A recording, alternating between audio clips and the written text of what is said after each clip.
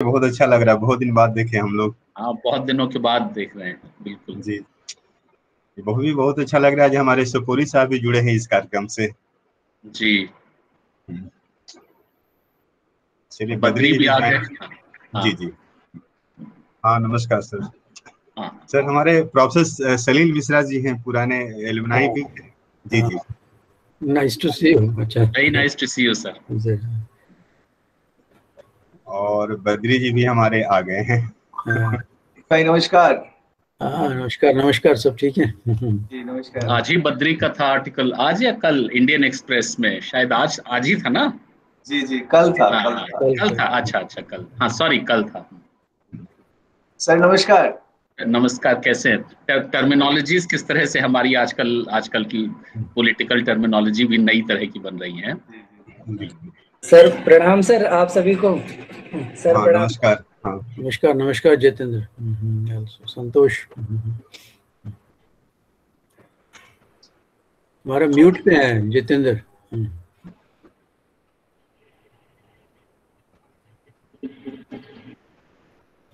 जी,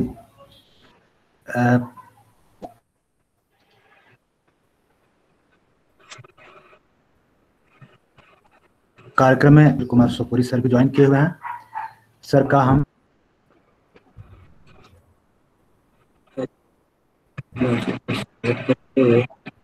अपने और जो भी विद्वज्जन इस कार्यक्रम में शामिल हुए हैं, सभी का हम हार्दिक अभिनंदन और स्वागत करते हैं।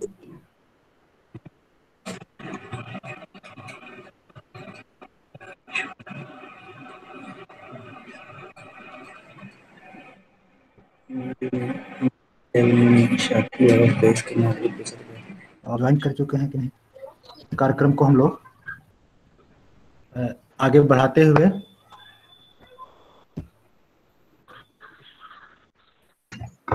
आज का जो कार्यक्रम है, यह प्रोफेसर कवि केदारनाथ सिंह की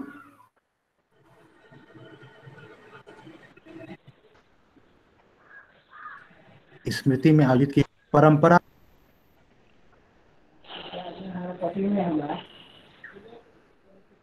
नामक जो उसके तरफ से आयोजित किया गया है। तो आज का जो कार्यक्रम है, इसके मुख्य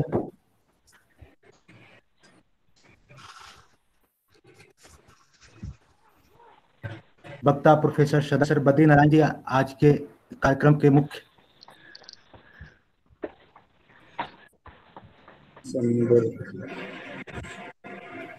वक्ता इसके जुड़े हुए हैं।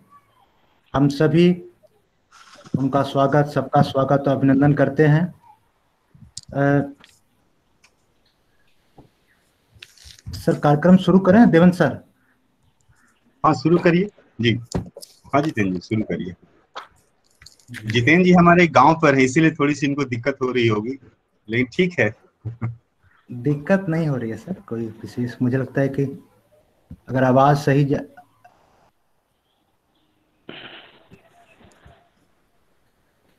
तो सबसे पहले मैं स्वागत वक्तव्य के लिए संतोष कुमार भारद्वाज सर को आमंत्रित करता हूं कि वो आए और अपने सभी वक्ताओं का और बहुत सारे जो विद्वज्जन जो इस कार्यक्रम में जुड़े हुए हैं, सबका नाम लेना तो संभव नहीं है, लेकिन सबका स्वागत और अभिनंदन करें। संतोष कुमार भारद्वाज सर। धन्यवाद जितेंद्र, आप सभी को सादर प्रणाम। आज परंपरा जेएनयू स्कॉलर ग्रुप में आप सबका स्वागत करते हुए मुझे बेहद हर्ष हो रहा है और इस बात का दुख भी है कि इस बीच कोरोना महामारी में कई सारे हमारे साथी, कई जेएनयू एलुमनाई के साथी और कई नागरिक गुजर गए। उन सभी को विनम्र श्रद्धांजलि देते हुए हम इस व्याख्यान की शुरुआत करते हैं। परम श्रद्धेय गुरुवर प्रोफेसर केदारनाथ सिंह की स्मृति में आयोजित परंपरा जेएनयू स्कॉलर ग्रुप द्वारा आयोजित इस प्रथम व्याख्यान में आप सभी का हार्दिक स्वागत है, अभिनंदन है। साथ ही आज के व्याख्यान की अध्यक्षता कर रहे आदरणीय प्रोफेसर बद्रीनारायण जी और प्रोफेसर सदानंद शाही जी, आप सभी का परंपरा समूह की तरफ से आप सभी को हार्दिक प्रणाम है और आप दोनों का सर इस तकनीकी मंच पर स्वागत है। इससे पहले कि हम विधिवत व्याख्यान की शुरुआत करें, इस परंपरा जेएनयू स्कॉलर जो समूह का गठन किया गया, इसके बारे में मैं कुछ बातें बताना चाहता हूँ। बहुत संक्षेप में मैं अपनी बात रखूंगा। सन 2015 में गुरु पूर्णिमा के दिन इस समूह का गठन किया गया था।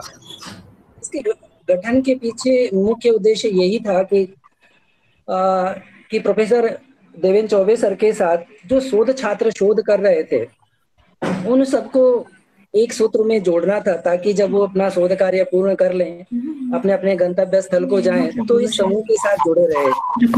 लेकिन बाद में सर के मार्गदर्शन और सुझाव के बाद इस समूह को एक साझा मंच के रूप में, साहित्यिक मंच के रूप में परिवर्तित कर दिया गया।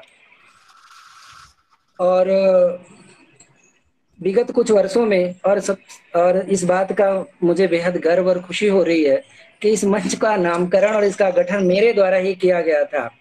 और बाद में पिछले विगत कुछ वर्षों में इस साहित्यिक मंच के द्वारा कई सारे सफल कार्यक्रम हुए, जिनका मैं यहाँ कुछ उल्लेख करना चाहता हूँ। कि पिछले वर्ष की मैं बात करूँ तो पिछले वर्ष साहित्य क्या हुआ पर लगभग 5 परिसंवाद किए गए थे, और यह परिसंवाद दुनिया में बहुत चर्चित हुए। हम में से अधिकांश जुड़े हैं, इस संवाद के हिस्सा भी रहे हैं।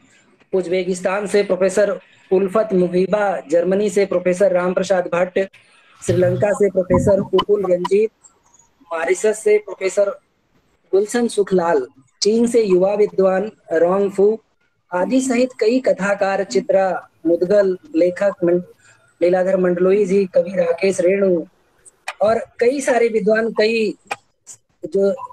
विद्वानों ने इसमें भाग लिया। मैं बहुत संक्षिप्त में सिर्फ उन विद्वानों का नाम ले रहा हूँ जो हमारे देश से बाहर से जुड़े हुए थे। आज हमारे पहले व्याख्यान में आलोचक सदानंद शाही और कवि इतिहासकार बद्रीनारायण जी भाग ले रहे हैं। हमारे लिए गर्व की बात है। ये समूह की तरफ से मैं उनका स्वागत करता हूँ। साथ ही भारतीय भाषा केंद्र के प्रोफेसर ओम प्रकाश सिंह का भी, जिनका मार्गदर्शन हमें हमेशा मिलता रहा। इसके अलावा भारतीय भाषा केंद्र के अन्य अध्यापक गण जो समय समय पर हमें मार्गदर्शित करते रहे। साथ ही मैम, रश्मि मैम का नाम लिए बिना उनका आशीर्वाद लिए बिना परंपरा पूर्ण नहीं होती है, क्योंकि मैम, मैं बड़े विनम्रता के साथ, बड़े ही अपनेपन के साथ मैं हमेशा रश्मि मैम कहता हूँ, लेकिन आज मैं गुरु माता कह रहा हूँ क्योंकि सच में उन्होंने मातृत्व का निर्वहन किया है और इस परंपरा को आगे बढ़ाने में उनका आशीर्वाद, उनकी भूमिका रही है। उन सब का स्वागत के साथ ही इसके अतिरिक्त जो साथी छूट गए हैं, मैं उन सभी का स्वागत करता हूँ। और अंत में प्रोफेसर केदारनाथ सिंह के प्रति नमन करते हुए, जिनकी स्मृति में यह कार्यक्रम आयोजित किया गया है, आप सभी का मैं हृदय से परंपरा समूह की तरफ से, हम सब की तरफ से स्वागत करता हूँ। और अपनी वाणी को, चूंकि समय की अपनी मर्यादा है, अपनी वाणी को विराम देते हुए मैं जितेंद्र को मंच सौंपता हूँ। जितेंद्र, धन्यवाद।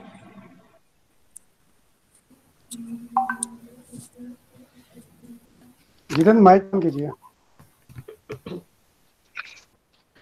बहुत बहुत धन्यवाद सर। हाँ संतोष सर, बहुत बहुत धन्यवाद। आपने परंपरा समूह के बारे में बताया जी।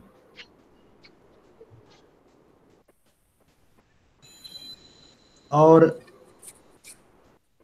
आवाज क्यों कम आ रही है? मेरी आवाज कम आ रही है जी? आवाज सारे लोग म्यूट कर देंगे, आपको बहुत स्पष्ट आवाज आएगी, सब लोग। जी मेरी आवाज आ रही होगी? अब बोलना पड़ेगा ना उसको जी। नहीं जुड़ रहा था।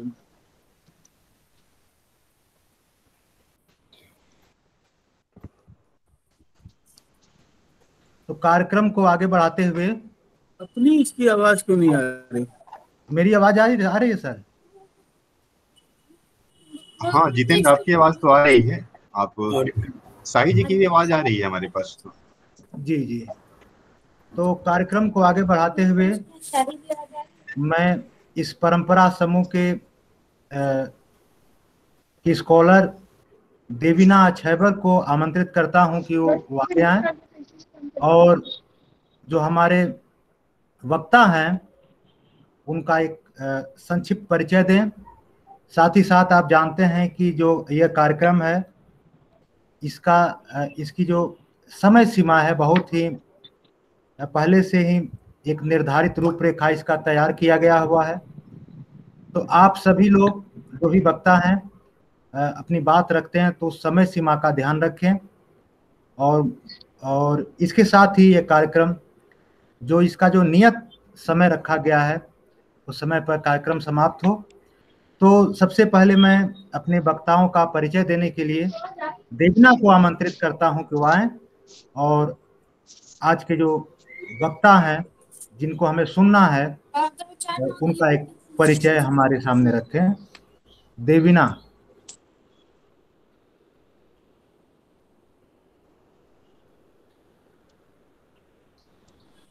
देवीना, आप अनम्यूट कर लीजिए अपने आप को, आप म्यूट पर हैं। हाँ, मेरी आवाज आ रही है सभी को? अब आ रही है। जी जी बिल्कुल आ रही है। ओके, शुक्रिया जितेंद्र जी। मंच पर उपस्थित सभी आदरणीय एवं वरिष्ठ वक्ताओं तथा इस कार्यक्रम से जुड़े सभी दर्शकों और श्रोताओं को मेरा नमस्कार। जैसा कि डॉक्टर जितेंद्र जी ने कहा, आज हम हिंदी काव्य जगत और प्रगतिशील लेखन क्षेत्र में अपनी अमिट छाप छोड़ने वाले प्रोफेसर केदारनाथ सिंह में पहला JNU स्कॉलर्स व्याख्यान 2021 को सुनने के लिए एक साथ जुड़े हैं। आज के इस कार्यक्रम में मुख्य वक्ता के रूप में प्रोफेसर सदानंद शाही जी उपस्थित हैं। प्रोफेसर सदानंद शाही का जन्म कुशीनगर जिले के एक छोटे से गांव सिंगहा में 7 अगस्त 1958 को हुआ था।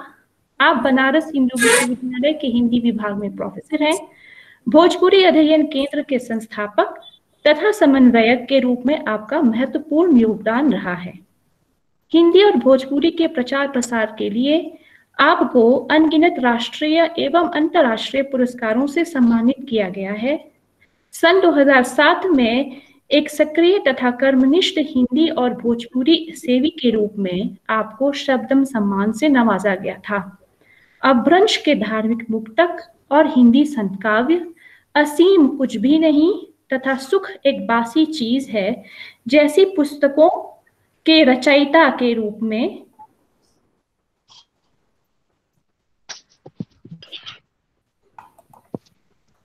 के साथ ही आप साखी पत्रिका के संपादक भी हैं।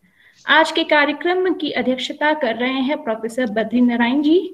प्रोफेसर बद्री नारायण का जन्म 5 अक्टूबर 1965 को भोजपुर बिहार में हुआ था। आप हिंदी तथा अंग्रेजी के अच्छे ज्ञाता हैं। एक समाज वैज्ञानिक के तौर पर आप लगातार साहित्य और सामाजिक इतिहास के संदर्भों को परिभाषित करने और उन्हें एक नई दृष्टि से समझने की दिशा निर्धारित करते रहे हैं। आपके कुछ कविता संग्रह इस प्रकार है: सच सुने कई दिन हुए, शब्द पद्यम तथा खुदाई में हिंसा।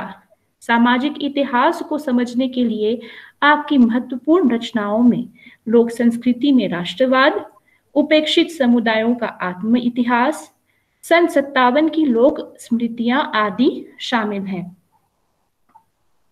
आपने दलित वैचारिकी की दिशाएं, साहित्य और सामाजिक परिवर्तन जैसी पुस्तकों का संपादन भी किया है।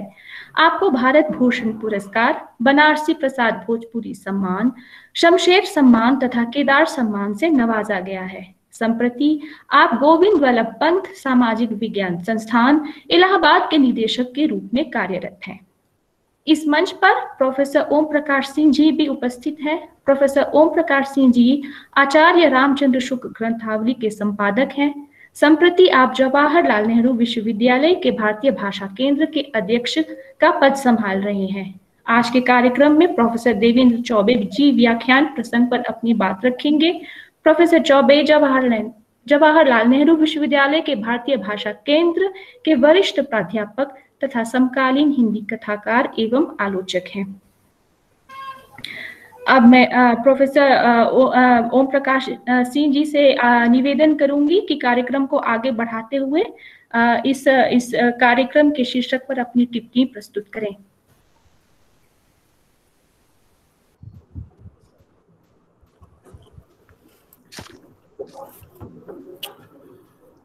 हम लोगों से जुड़े हुए हमारे वरिष्ठ प्रोफेसर सुपोरी, भारतीय भाषा केंद्र से जुड़े हुए हमारे पूरा और वर्तमान के छात्र प्रोफेसर देवेंद्र चौबे, बद्रीनारायण, बनारस से हमारे मित्र प्रोफेसर शाही,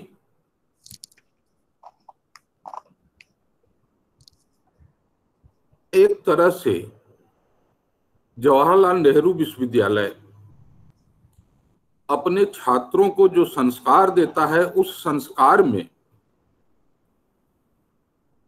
कहीं न कहीं यह भावना निहित होती है कि हम अपने पूर्वजों को, अपने पुरखों को, उन लोगों को जिन लोगों ने हमारा मार्गदर्शन किया है, उनको हम याद करते रहें।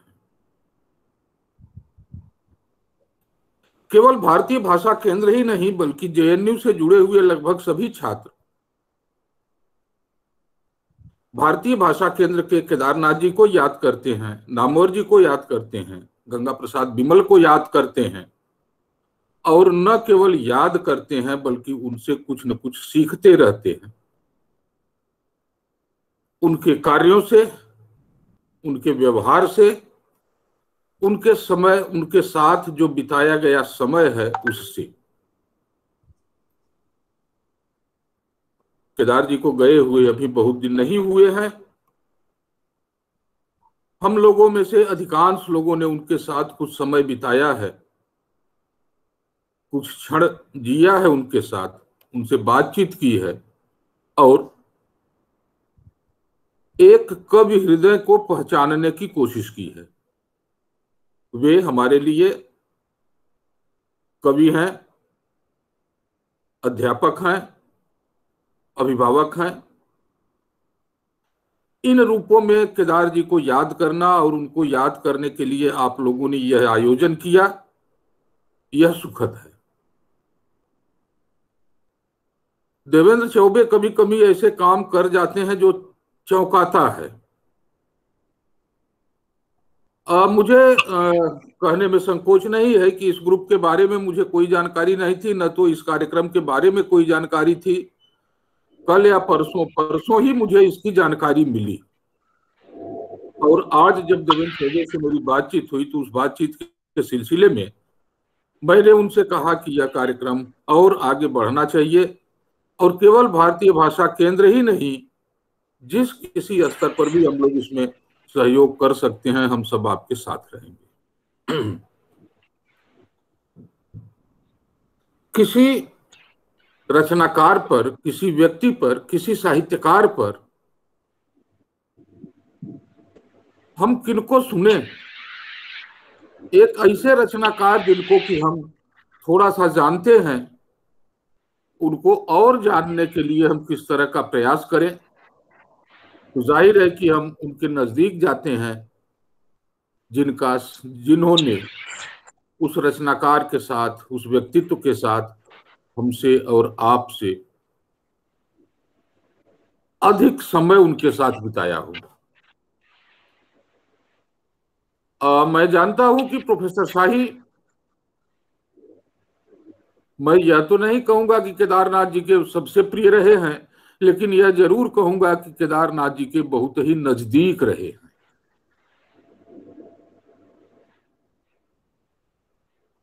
और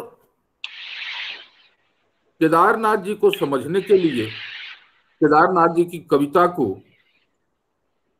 पाठक वर्ग के लिए आसान बनाने के लिए सदानंद शाही ने अनेक काम किया है। अनेक आयोजन, साकी का संपादक, साखी के स्पेशल अंक, इन सब के माध्यम से उन्होंने केदारनाथ जी के साहित्य को, केदारनाथ जी की कविता को, केदारनाथ जी के मर्म को पाठकों के और श्रोताओं के समक्ष रखा है। मित्रों, आज आप लोगों ने व्याख्यान के लिए जो शीर्षक दिया और उसके माध्यम से जो केदारनाथ जी की कविता का जनपद निर्धारित करने का प्रयास किया, मुझे लगता है कि इस निर्धारण के लिए प्रोफेसर शाही सबसे उपयुक्त व्यक्ति है। बद्री नारायण जी हमारे साथ हैं, मैं स्वागत करता हूं और केवल चंद संकेतों के द्वारा मैं अपनी बात समाप्त करूंगा। आप वक्ता को सुनाए, हम लोग तो आपस में बात करते रहेंगे, सुनते रहते हैं। केदारनाथ जी की कविताओं का एक संचयन तैयार किया है लीलाधर मंडलोई ने, जो ज्ञानपीठ से छपा है। उस संचयन की भूमिका में सबसे पहले ही उन्होंने यह कहा है कि केदारनाथ जी की कविताएं हमें लमटेरा लगती हैं। लमटेरा शब्द, ऐसी कविताएं जो बहुत लंबा टेर लेती हूं। ये लंबा टेर और ये टेर टेर टेर टेर शब्द हमें गीतों की तरफ लौटा ले जाता है। केदारनाथ जी की कविता यात्रा की शुरुआत गीतों से हुई थी, नवगीत से हुई थी। नवगीत से शुरू करते हुए धीरे धीरे वे कविता की तरफ आए थे और अभी बिल्कुल अभी के बाद 20 साल रुक गए थे। 20 साल के बाद उनका दूसरा संग्रह आया था। इन 20 सालों में वे क्या करते रहे? कविता को पकाते रहे। उस किसान की तरह कविता को पकाते रहे जो किसान साल भर पलिहर को खेत छोड़ देता है, पलिहर कहते हैं उसे, और वह खेत धूप, गर्मी, बरसात, जाड़ा सब कुछ सह करके जब अगली फसल देता है तो वह फसल बहुत ही भरपूर मात्रा में होती है, जमीन उर्वर हो जाती है। तो वह जमीन पक रही थी और जमीन पकने के बाद केदारनाथ जी ने हमें जो काव्य संसार दिया, जो कविता दिया, वह कविता बलिया, पडरौना, बनारस, दिल्ली, इतने दूर तक तो एक अपना जनपद बनाती ही है। इसके अलावा वह विदेशों में भी कई जगहों पर अपना जनपद बना लेती है। जिस कवि की इतनी व्याप्ति हो, इतना विस्तार हो, उसके बारे में उसके आत्मीय जनों से सुनना, अपनी परंपरा को याद करना, केदारनाथ जी के साथ बिताए हुए क्षणों को याद करना, कभी कभी उनकी कवित्वमयी बातों को सुनना और उनसे एक अर्थ निकालना, इन सब का कुछ सुखद संयोग हम लोगों को भी मिला है। आज आप लोगों ने फिर केदार जी को याद करने का अवसर प्रदान किया, इसके लिए हम आपके आभारी हैं। और आप सबका, अपने मेहमानों का, अपने मुख्य वक्ता का, सुपोरी जी का स्वागत करना तो जैसे उन्हीं के घर में उनका स्वागत करना है। देवेंद्र चौबे ऐसा काम आगे भी करते रहें, आप लोग इस तरह का आयोजन करते रहें। इस समय जब हम सभी लोग मौन मुद्रा में आ गए हैं, संवाद बंद हो गए हैं, ऐसी स्थिति में आप लोगों ने आयोजन किया, इसके लिए हमारे धन्यवाद के पात्र हैं। धन्यवाद मित्रों। बहुत बहुत धन्यवाद सर।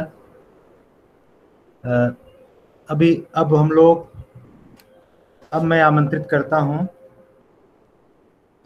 इस कार्यक्रम के मुख्य वक्ता प्रोफेसर सदानंद शाही को। हम सभी जानते हैं कि प्रोफेसर शाही समकालीन हिंदी आलोचना में एक बहुत बड़ा नाम है। आप साखी पत्रिका के संपादक भी हैं। भोजपुरी केंद्र के निदेशक, प्रेमचंद साहित्य संस्थान के संस्थापक, और आप खुद एक कवि हैं, एक कवि हृदय, और फिर केदार जी के सबसे करीब रहने वाले लोगों में से प्रोफेसर सदानंद शाही का नाम आता है। तो मैं बिना किसी भूमिका के, जो कि समय की एक बाध्यता है, और हम सभी जानते हैं कि हमें अपने मुख्य वक्ता को बहुत ही धैर्य से सुनना है। उन्हीं को सुनने के लिए बहुत सारे लोग ज्वाइन भी किए हुए हैं। तो मैं बगैर किसी भूमिका के प्रोफेसर सदानंद शाही सर को आमंत्रित करता हूं कि आप आएं और अपना वक्तव्य सबके सामने रखें। प्रोफेसर सदानंद शाही सर।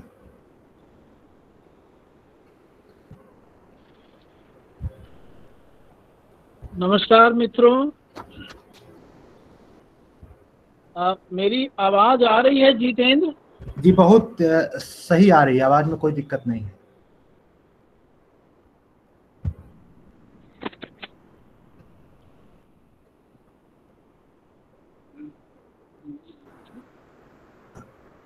थोड़ी घड़घड़ाहट हो गई।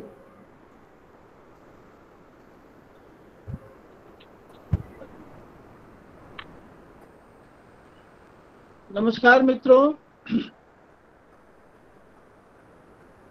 आज के समारोह की अध्यक्षता कर रहे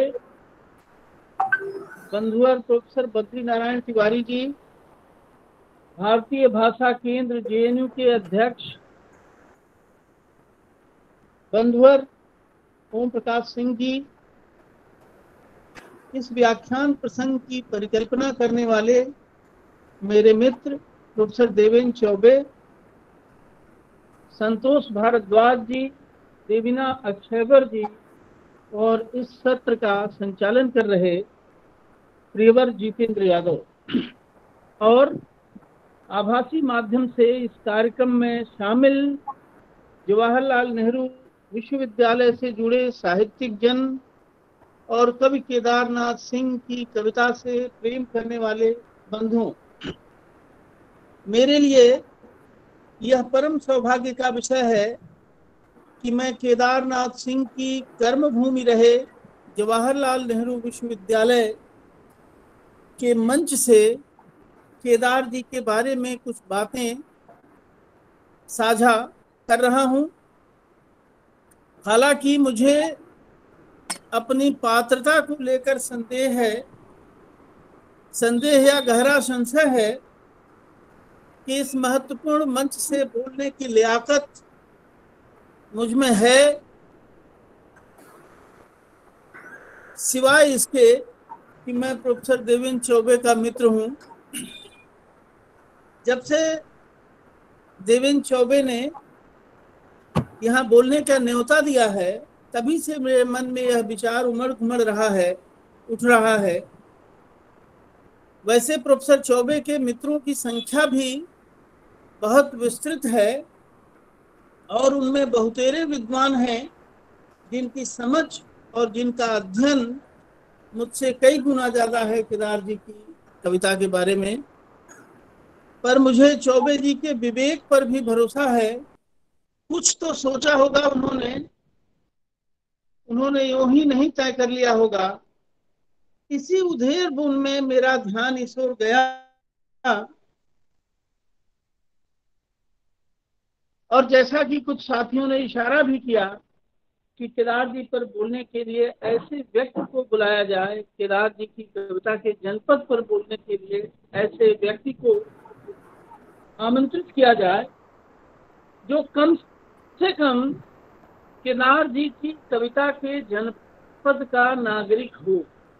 तो यह पात्रता मेरे पास है और मैं इसी पात्रता के नाते कुछ बातें आपसे साझा करना चाहूँगा। इस समय मैं केदार जी की कविता के विशेषज्ञ के रूप में नहीं, बल्कि उनकी कविता के जनपद से बोल रहा हूं। यह कैफियत मैंने इसलिए दी कि आपको जो मेरे बारे में कुछ बातें मित्रों ने कही जो प्रशंसात्मक थी, उनसे मेरे बारे में कहीं कोई ज्यादा उम्मीद आप न लगा बैठें और आपको निराशा न हो। वैसे आपको निराशा नहीं होगी, क्योंकि आज की शाम इस सत्र की अध्यक्षता बंधुवर प्रोफेसर बद्रीनारायण तिवारी जी कर रहे हैं, जो कि खुद बहुत अच्छे कवि और इतिहासविद और चिंतक हैं।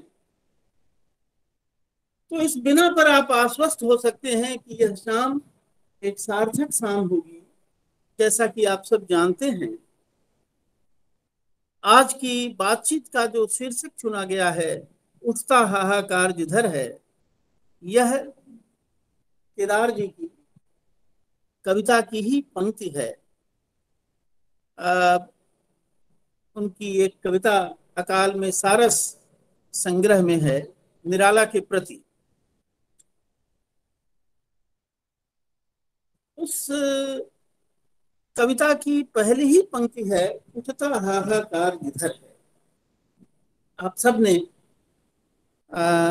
वो कविता पढ़ी होगी, और जो भी व्यक्ति केदार जी की कविता से और केदार जी के व्यक्तित्व से परिचित है, वह जानता है कि निराला केदार जी के प्रिय कवियों में से एक हैं, अत्यंत प्रिय कवियों में से एक हैं।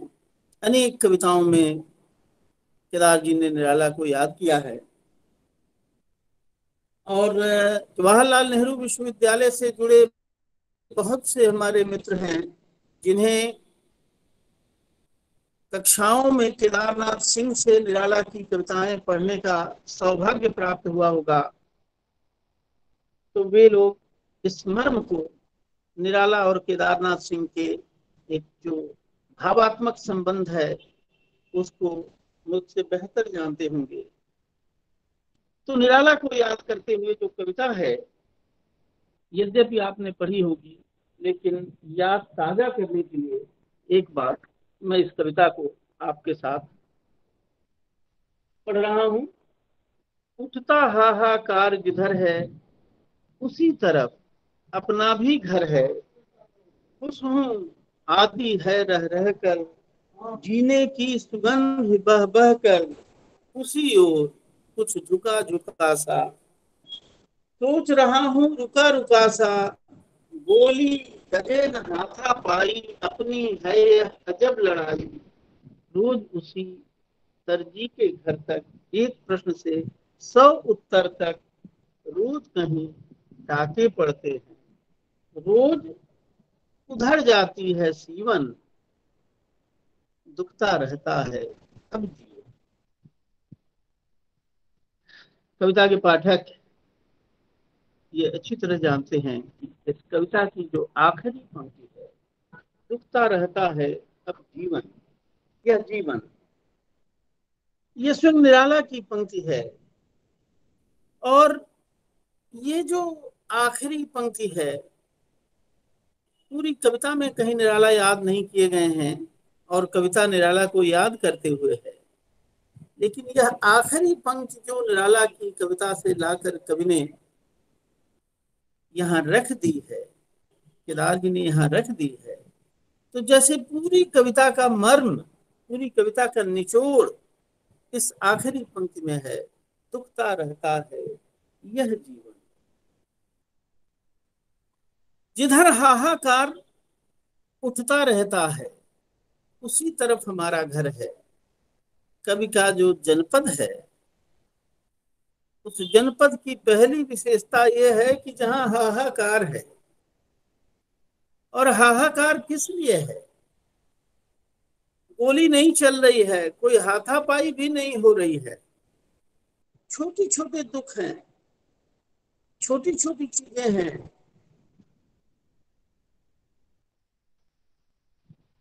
वो जो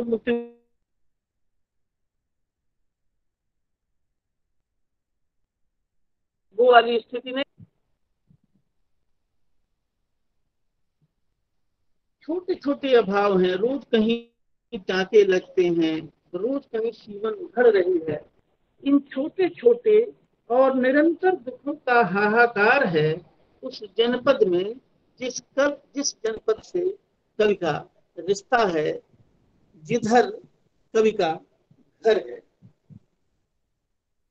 खास बात यह है कि इस दुखते रहते जीवन के साथ, इस दुखते रहते जीवन में, इस दुख की निरंतरता में, अभाव की निरंतरता में, दुख के हाहाकार में जीने की सुगंध लगातार मिल रही है। तो क्या दुख का जीवन के साथ कोई संबंध है? दुख का हमारे जीने के साथ कोई संबंध है? शायद है।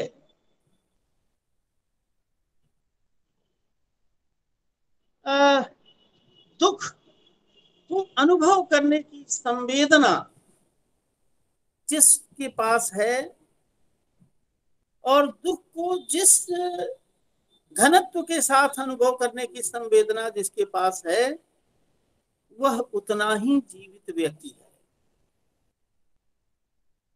जीवित व्यक्ति को ही दुख का अनुभव होता है। जहां जीवन है वहीं दुख है। जहां मृत्यु है, मृत्यु के बाद मृत चीजों में, याद करिए उदय प्रकाश की कविता कि मरने के बाद आदमी कुछ नहीं बोलता।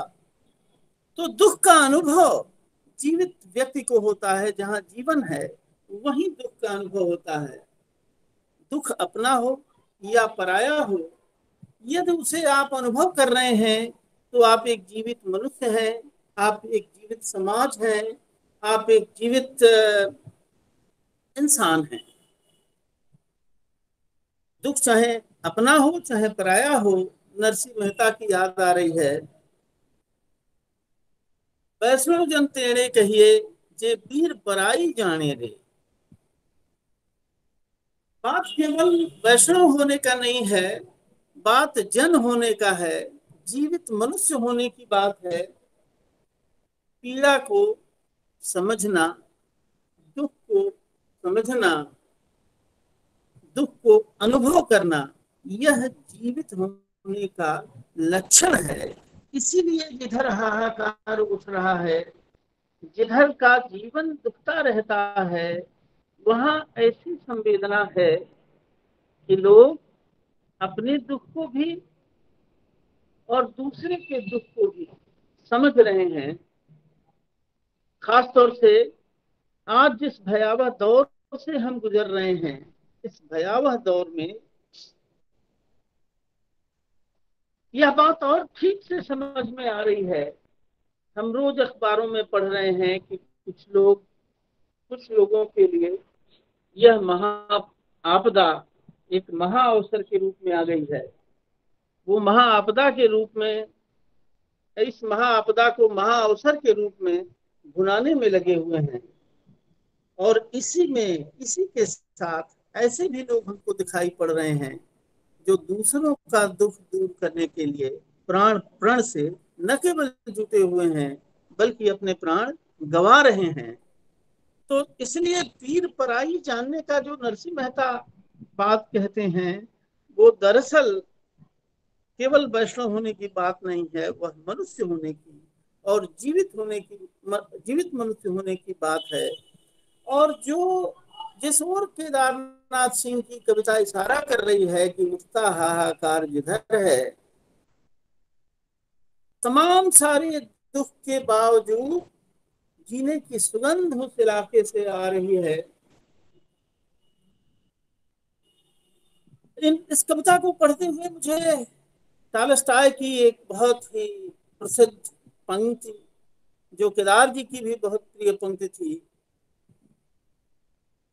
अन्ना करेनिना का पहला ही वाक्य कि सुखी परिवार, सभी सुखी परिवार एक तरह से सुखी होते हैं और दुखी परिवार अलग अलग तरह से दुखी होते हैं। तो ये जो दुख में विविधता है, जो दुख की बहुवर्णी छवियां हैं, वो जो दुख की बहुवर्णी छवियां हैं, उनके भीतर कहीं जीवन का एक सोता छुपा हुआ है या कि अखुआ रहा है, जिसे केदार जी देखते हैं और दिखाते हैं। इसीलिए सारे हाहाकार के बाद कवि को इस बात की खुशी है कि उस इलाके से कम जीवन की सुगंध मिल रही है। इस कविता को पढ़ते हुए एक और कविता की याद मुझे आ रही है, केदार जी के अत्यंत प्रिय और जिनको केदार जी अपना गुरु भी मानते हैं, त्रिलोचन की कविता है, उस जनपद का कवि हूं। उस जनपद का कवि हूं जो भूखा दूखा है, नंगा है अनजान है, कला नहीं जानता कैसी होती है। क्या है वह नहीं मानता, कविता कुछ भी दे सकती है। कब सूखा है उसके जीवन का सोता, कब सूखा है उसके जीवन का सोता। आप देखिए तो किस तरह से केदार जी की कविता और त्रिलोचन की कविता में, दोनों कविताएं ये हमको बता रही हैं कि दुख का जीवन के सोता के साथ कैसा एक अनिवार्य संबंध है। तो वह अनिवार्य संबंध जहां दुख भी है और जीवन भी है, दुख की विविधता है और उस विविधता के भीतर से निकलता हुआ जीवन का सौंदर्य है।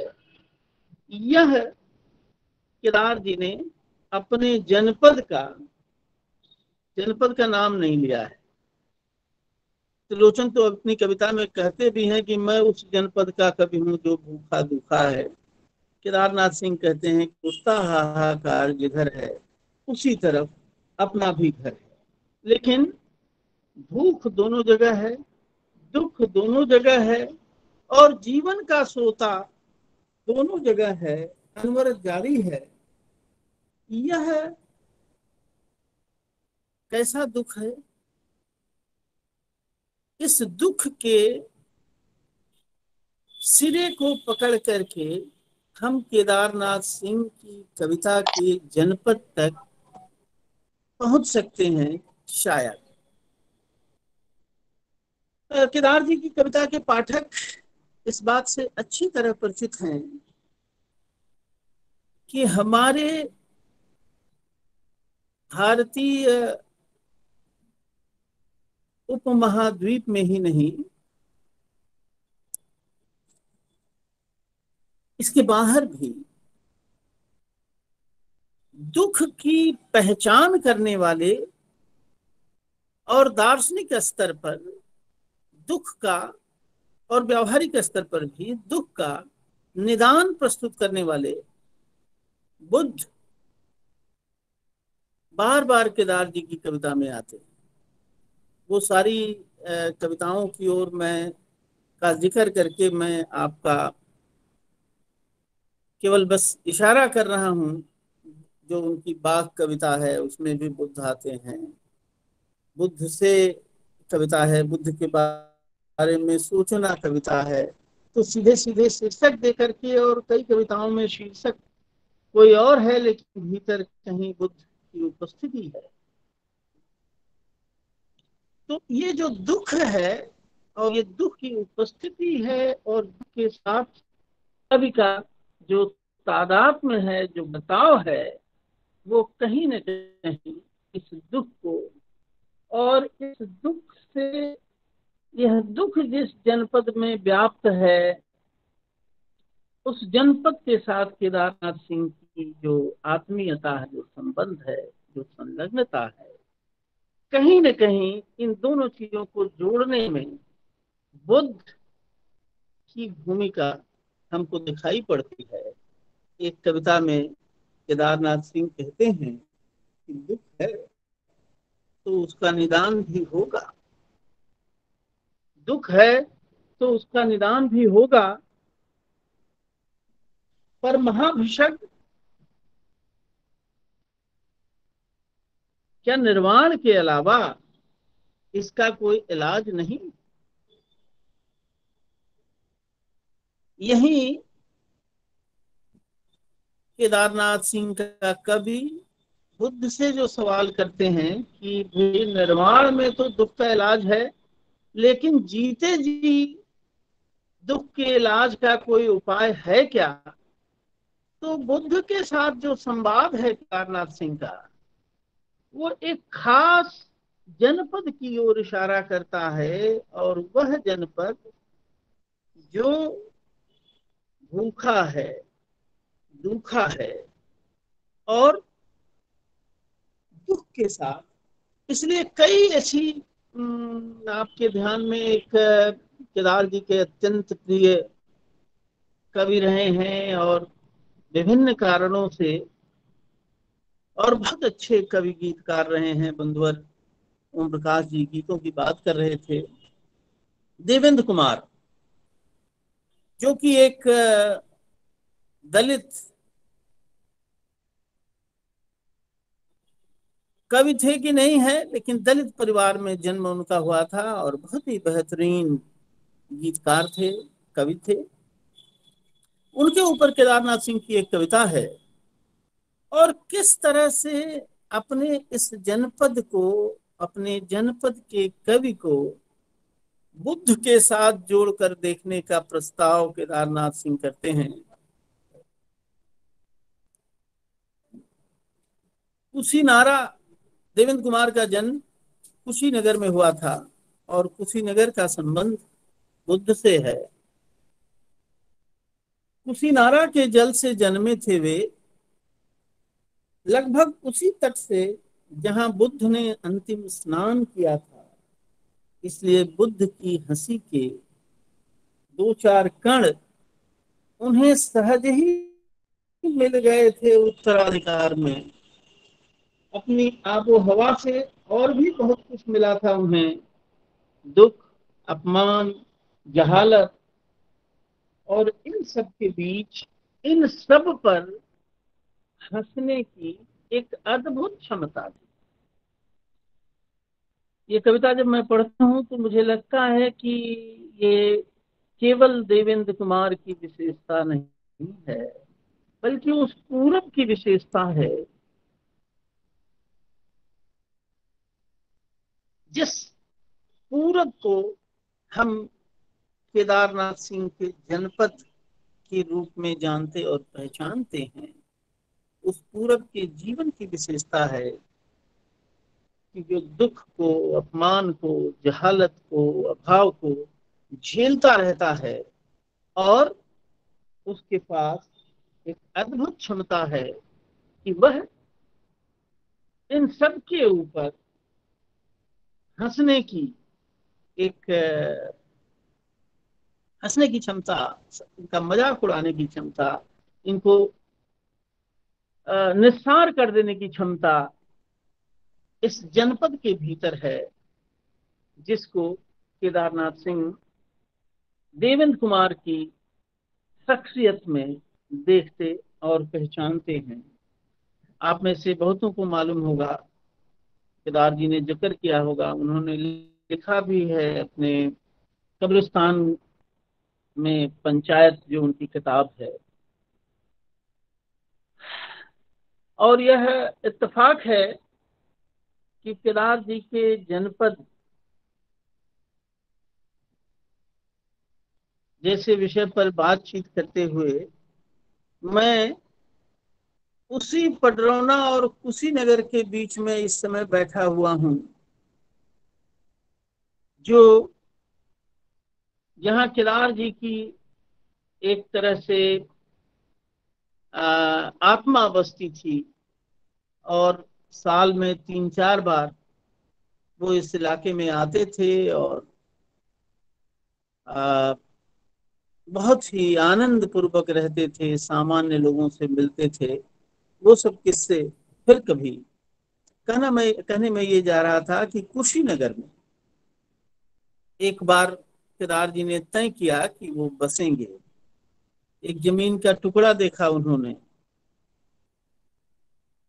लेकिन किन्हीं वजहों से वो जमीन नहीं खरीद पाए और कुशीनगर में बसना नहीं हो पाया। तो इसकी कैफियत देते हुए केदार जी लिखते हैं, क्यों नहीं बस पाए कुशीनगर, क्योंकि दिल्ली आ गई बीच में।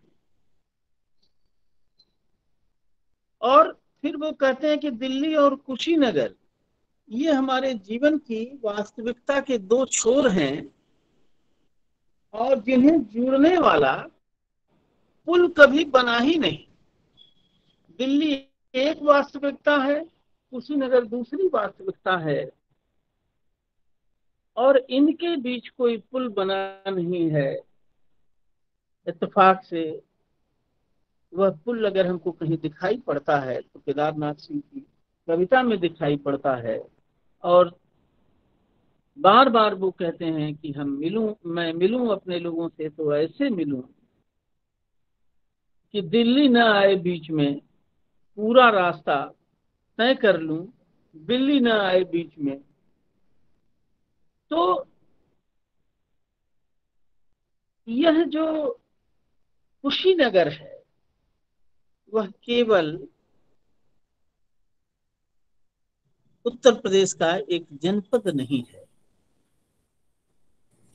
बुद्ध की निर्वाण भूमि कुशीनगर, जहां हमारे समाज के दुख की पहचान करने वाले बुद्ध से जुड़ी हुई जगह, ये केदारनाथ सिंह का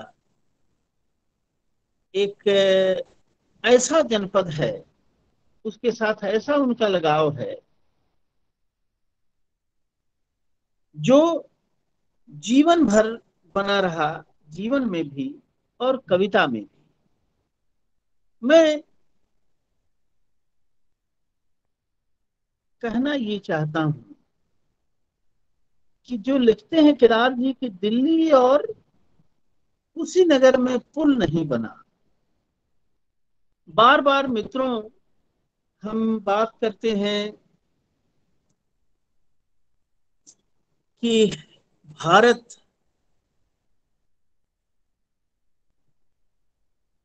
एक देश है और आजादी के बाद ये बहस होती रही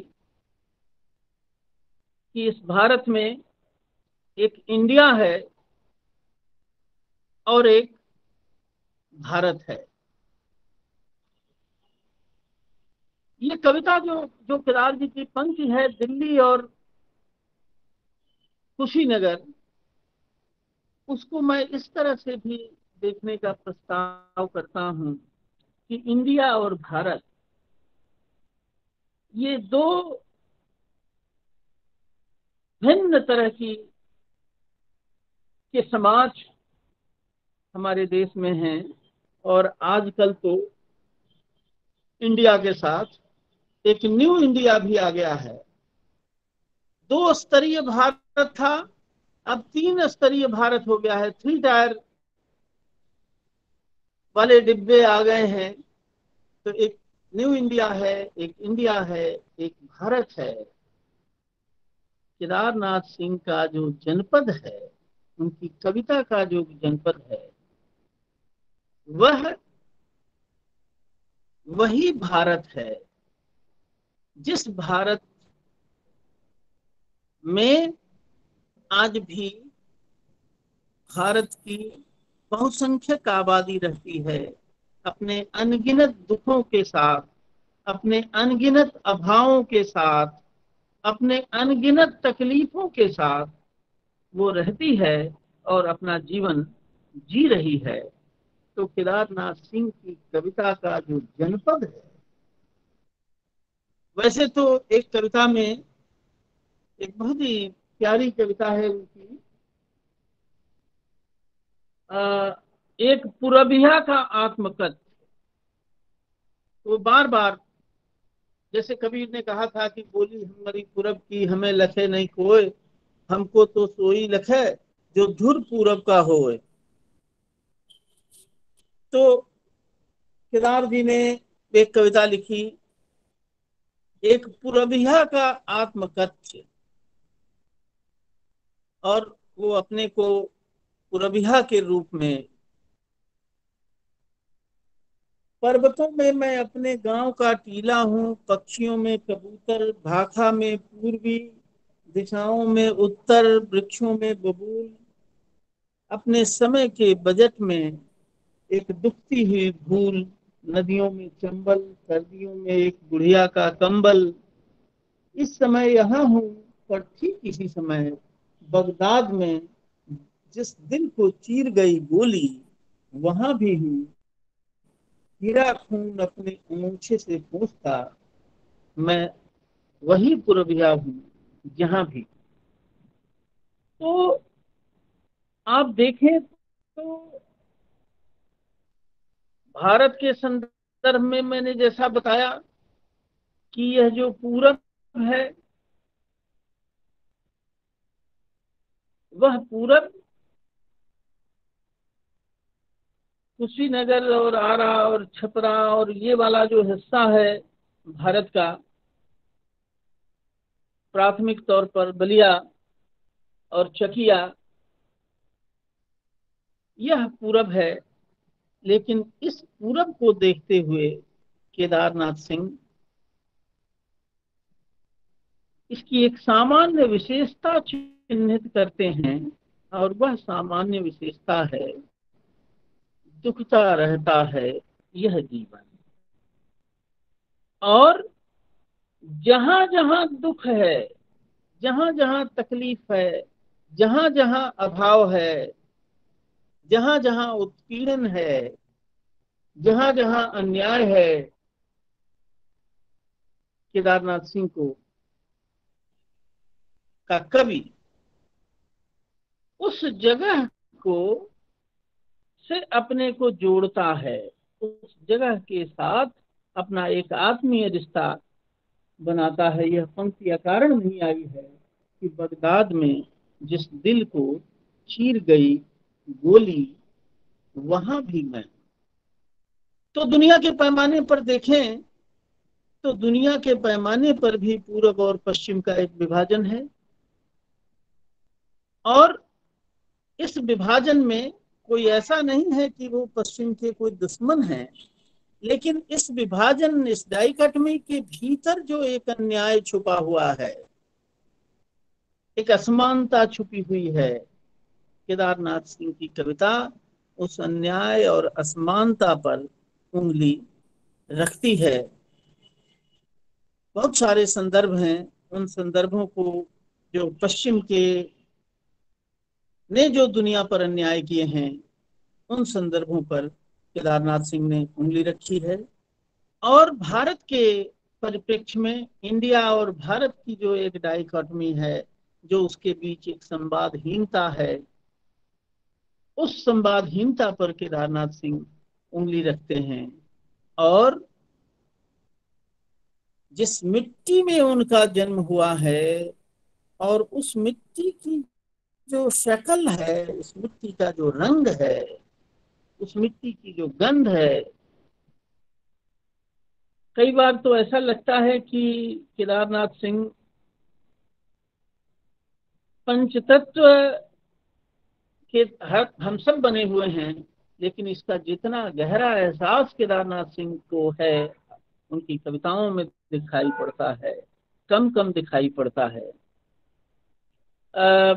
तीसरा सप्तक में जो उनका एक आत्म वक्तव्य है, उसमें उन्होंने एक बताया कि वो गंगा और घाघरा के दोआब में उनका घर है, और जैसे मेरा चित्त जो है, इस दोआब के भीतर जो वनस्पतियां हैं, जो धरती का रंग है, उन सारी चीजों में से जो बिंब पैदा होते हैं, उस बिंब में मेरा चित्त लगता है, और वो चीजें बहुत बहुत अच्छी लगती हैं। पानी पर बहुत सारी कविताएं हैं, सूरज पर कविताएं हैं, धरती पर कविताएं हैं। केदारनाथ सिंह के घर जो लोग गए हैं, उनको मालूम होगा कि उनके घर के सामने, गांव के घर के सामने एक नदी बहती है, जिस नदी का कोई नाम नहीं है, और वो नदी बार बार केदारनाथ सिंह की कविता में आती है। बिना नाम की नदी भागड़ नाला लोग उसका नाम रख दिया है, तो भागड़ नाला भी उनकी हिंदी कविताओं में आता है।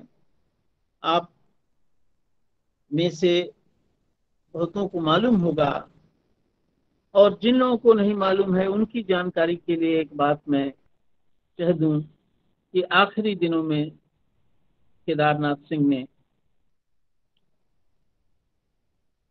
भोजपुरी में कुछ कविताएं लिखी, और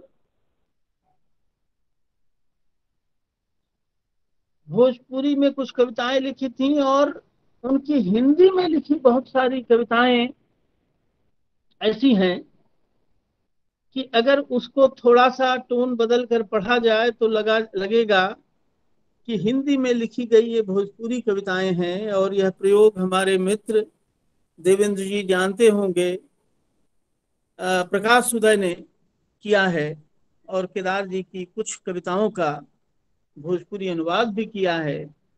तो एक कविता उन्होंने, लंबी कविता, अपने गांव के घर के सामने बहने वाले नाले पर लिखी है, भागड़ नाला। और वो कविता पढ़ते हुए बरबस नागार्जुन की मंत्र कविता याद आ जाती है। उस भागड़ नाले, उस कविता का शीर्षक रखा है भागड़ नाला जागरण मंत्र।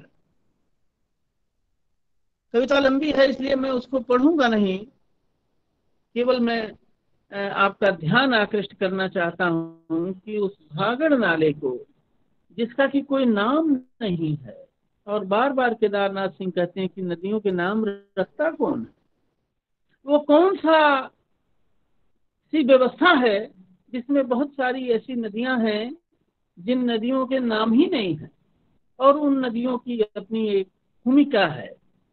यह जो भोजपुरी में लिखी कविता है उनकी, भागड़ नाला जागरण मंत्र, उसमें जैसे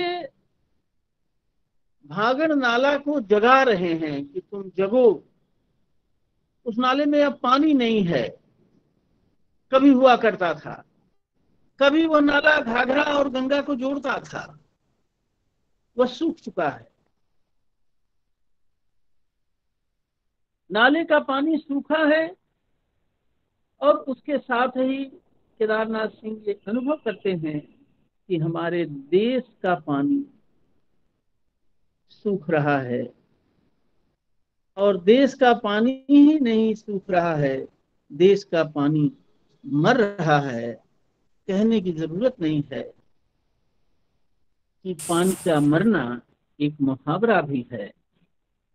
तो भागड़ नाला जागरण मंत्र में केदारनाथ सिंह उस नाले को जगा रहे हैं, और कह रहे हैं कि जब तक ये नाला, जिसका कि कोई नाम नहीं है, ये महान नदियों का देश है, महान और पवित्र नदियों का देश है। इस देश की जो सबसे खूबसूरती, सबसे बड़ी खूबसूरती है, और इस देश को कहते हैं कि देवताओं को भी ईर्ष्या होती है इस देश से, तो इसीलिए होती है कि इस देश में इतनी नदियां हैं। लेकिन बहुत सारी नदियां हैं जिनका नाम नहीं है। ऐसी नदी जिसका जल सूख गया है, उसको जगाने की बात जब करते हैं तो लगता है कि ये पूरा जो पूरब है, जो भूखा और दुखा है, उस पूरब को जगाने की एक कोशिश दिखाई पड़ती है भागड़ नाला जागरण मंत्र में। तो मित्रों, घड़ी मेरे सामने है, केदार जी की कविता पर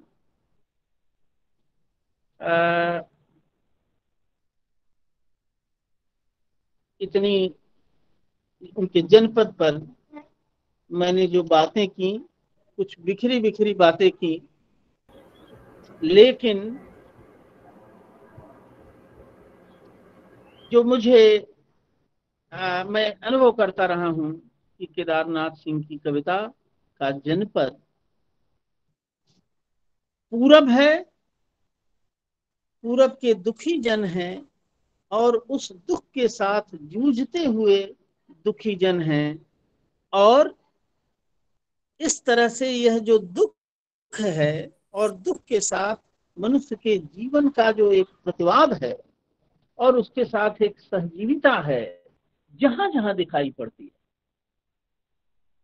पूरे हिंदुस्तान के स्तर पर, दुनिया के पैमाने पर जाएं तो पूर्व और पश्चिम के स्तर पर, इस तरह से केदारनाथ सिंह का जनपद, भले बलिया हो, भले भोजपुरी इलाका हो, भले वो कलकत्ते से अपने को जोड़ते हों, भले वो पटरौना और कुशीनगर से अपने को जोड़ते हों, लेकिन पूरी दुनिया का जो दुख है, वह दुख और दुख पर पार पाने की कोशिश करती हुई जो मनुष्यता है, वही उनकी कविता का जनपद है।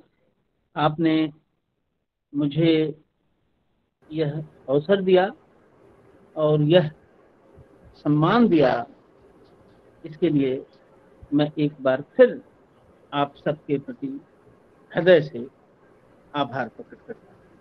धन्यवाद। बहुत बहुत धन्यवाद सर, प्रोफेसर साहिद सर, और बहुत ही उम्दा वक्तव्य के लिए। और आपने जिस तरीके से केदारनाथ सिंह की कविता का जो मर्म है, और आपने बताया कि किस तरीके से केदार जी की जो कविता का जनपद है, वो केवल भोजपुरी या पूरब का जो इलाका है वही नहीं है, पूरी दुनिया के जितने सारे गरीब मजलूम लोग हैं, उनका दुख, उनका दर्द केदार जी कविता में समाहित है। और इसको पूरे वैश्विक स्तर पर आपने देखा किस तरीके से जो, तो अध्यक्षीय वक्तव्य से पहले आप सभी जानते हैं कि जो आपको शेड्यूल दिया गया था उसमें थोड़ी क्रमभंगता हो गई है, और ये इसलिए हुई है मुझे लगता है कि इस तरीके से आभासी और थोड़ी दिक्कत और उस तरीके से सहजता न होने के कारण, तो मैं अध्यक्षीय वक्तव्य के लिए प्रोफेसर बद्री नारायण को बुलाऊं उससे पहले मैं भारतीय भाषा केंद्र जवाहरलाल नेहरू विश्वविद्यालय के प्रोफेसर और इस परंपरा स्कॉलर जो ग्रुप है, इसके संस्थापक प्रोफेसर देवेंद्र चौबे जी से आमंत्रित करता हूं कि आप आएं और ये जो पूरी जो अवधारणा है और आज का जो व्याख्यान है, इसके पीछे जो आपका जो विषय और इसकी जो पूरी अवधारणा है उस पर अपनी बात रखें। तो प्रोफेसर देवेंद्र चौबे सर। धन्यवाद जितेंद्र जी। मेरी आवाज शायद आ रही होगी? जी आ रही है आवाज। तो सबसे पहले प्रोफेसर सदानंद शाही जी के प्रति आभार कि उन्होंने इस समूह का पहला व्याख्यान देना स्वीकार किया, और उससे भी अच्छा लगा कि हमारे जो दूसरे अध्यक्षीय वक्तव्य के लिए प्रोफेसर बद्री नारायण जी तैयार हुए। आप गौर करेंगे कि प्रोफेसर बद्री नारायण इतिहासकार हैं, वैसे हिंदी के बहुत ही जाने माने और प्रतिष्ठित कवि भी हैं, और शाही जी हिंदी के बड़े आलोचक हैं और साखी पत्रिका के संपादक हैं। तो थोड़ी सी कल्पना करिए कि हम लोग चाह क्या रहे थे। दरअसल ये समूह तो जेएनयू के छात्रों का बनाया हुआ है। कई बार होता है कि जो अध्यापक होते हैं या उनके साथ जो लोग काम करते हैं, बीच बीच अपना सलाह या अपनी राय दे देते हैं कि आपको ऐसे काम करना चाहिए, उस तरह से काम करना चाहिए। लेकिन इसके पीछे जो हमारा मकसद काम कर रहा था, आप गौर करेंगे कि पिछले 2-3 वर्षों में इस समूह की तरफ से 2 बड़े आयोजन हुए थे साहित्य के इतिहास को लेकर के, और 18 में उससे इतिहास कार्यशाला का आखिरी आयोजन हुआ था, जिसकी पूरी किताब शायद अगले साल छप करके आधार प्रकाशन से आने वाली है। हिंदी साहित्य का इतिहास, कुछ पाठ और कुछ विचार के नाम से हम लोग के जहन में बार बार ये आती रही कि प्रोफेसर सपोरी साहब यहाँ मौजूद इस कार्यक्रम में हैं, और बहुत सारे मित्र मुझे दिखाई दे रहे हैं। प्रोफेसर अनिल राय भी हैं और बहुत सारे साथी हैं यहाँ पर। तो बार बार जो जेएनयू की जो खासियत रही है वो इंटरडिसिप्लिनरी अप्रोच के लिए रही है। ऐसा नहीं कि हिंदी साहित्य के छात्र सिर्फ हिंदी पढ़ते हैं, या इतिहास के छात्र सिर्फ इतिहास पढ़ते हैं, या राजनीति विज्ञान के छात्र सिर्फ राजनीति विज्ञान पढ़ते हैं, बल्कि यहाँ पर जो अंतर अनुशासनात्मक जो एक तरह से आवाजाही होती है, इंटरडिसिप्लिनरी अप्रोच जिसको कहते हैं, वह इस यूनिवर्सिटी की सबसे बड़ी खासियत है। और जाहिर है कि जेएनयू स्कॉलर ग्रुप कोई कार्यक्रम करे तो उसमें इस चीज को देखा जाना बहुत जरूरी हम लोग मान के चल रहे थे। और इधर हाल के वर्षों में पूरी दुनिया में सोशल साइंस और लिटरेचर को लेकर के एक नया डिबेट हो रहा है कि कैसे सोशल साइंस लिटरेचर को प्रभावित करता है, लिटरेचर कैसे सोशल साइंस को प्रभावित करता है।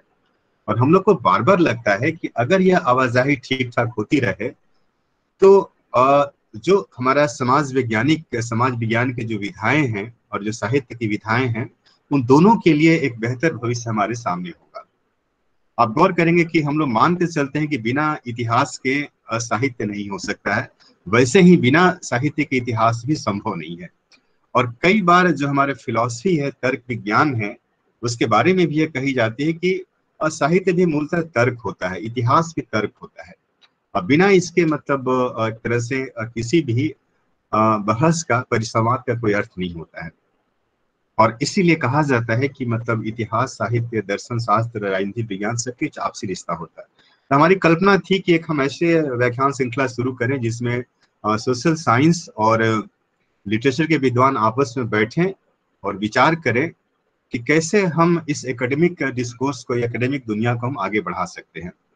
तो ये हमारी परिकल्पना थी और जाहिर है कि समय भी काफी हो रहा है, तो मैं चाहूंगा कि जितेंद्र जी इस कार्यक्रम को आगे बढ़ाएं, फिर हम इस पर बातचीत आगे भी करते रहेंगे। तो जितेंद्र, आप कार्यक्रम को आगे बढ़ाएं। बहुत बहुत धन्यवाद सर। मैं पहले परंपरा समूह के कार्यक्रम, इसमें आज हम प्रोफेसर केदारनाथ सिंह, कवि केदारनाथ सिंह को याद कर रहे हैं और हमारे साथ प्रोफेसर सदानंद शाही ने उनकी कविता का जो जनपद ने धारण किया है और यह बताया कि उनकी जो कविता का जनपद है वो तो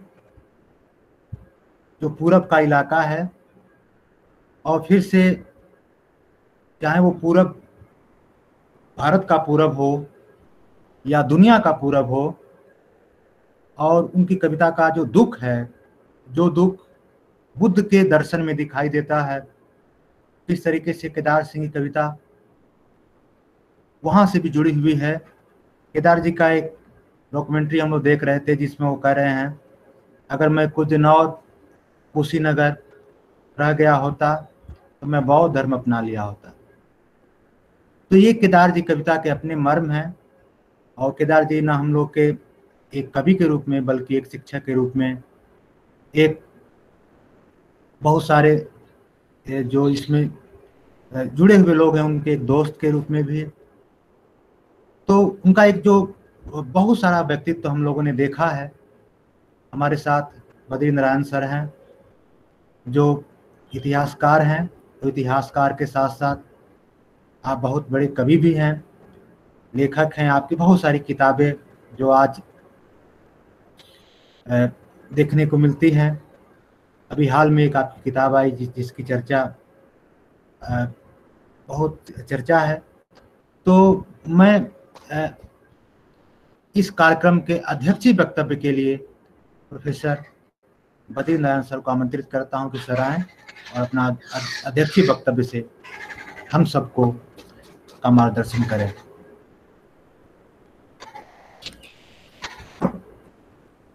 सर अनम्यूट कर लीजिए सर।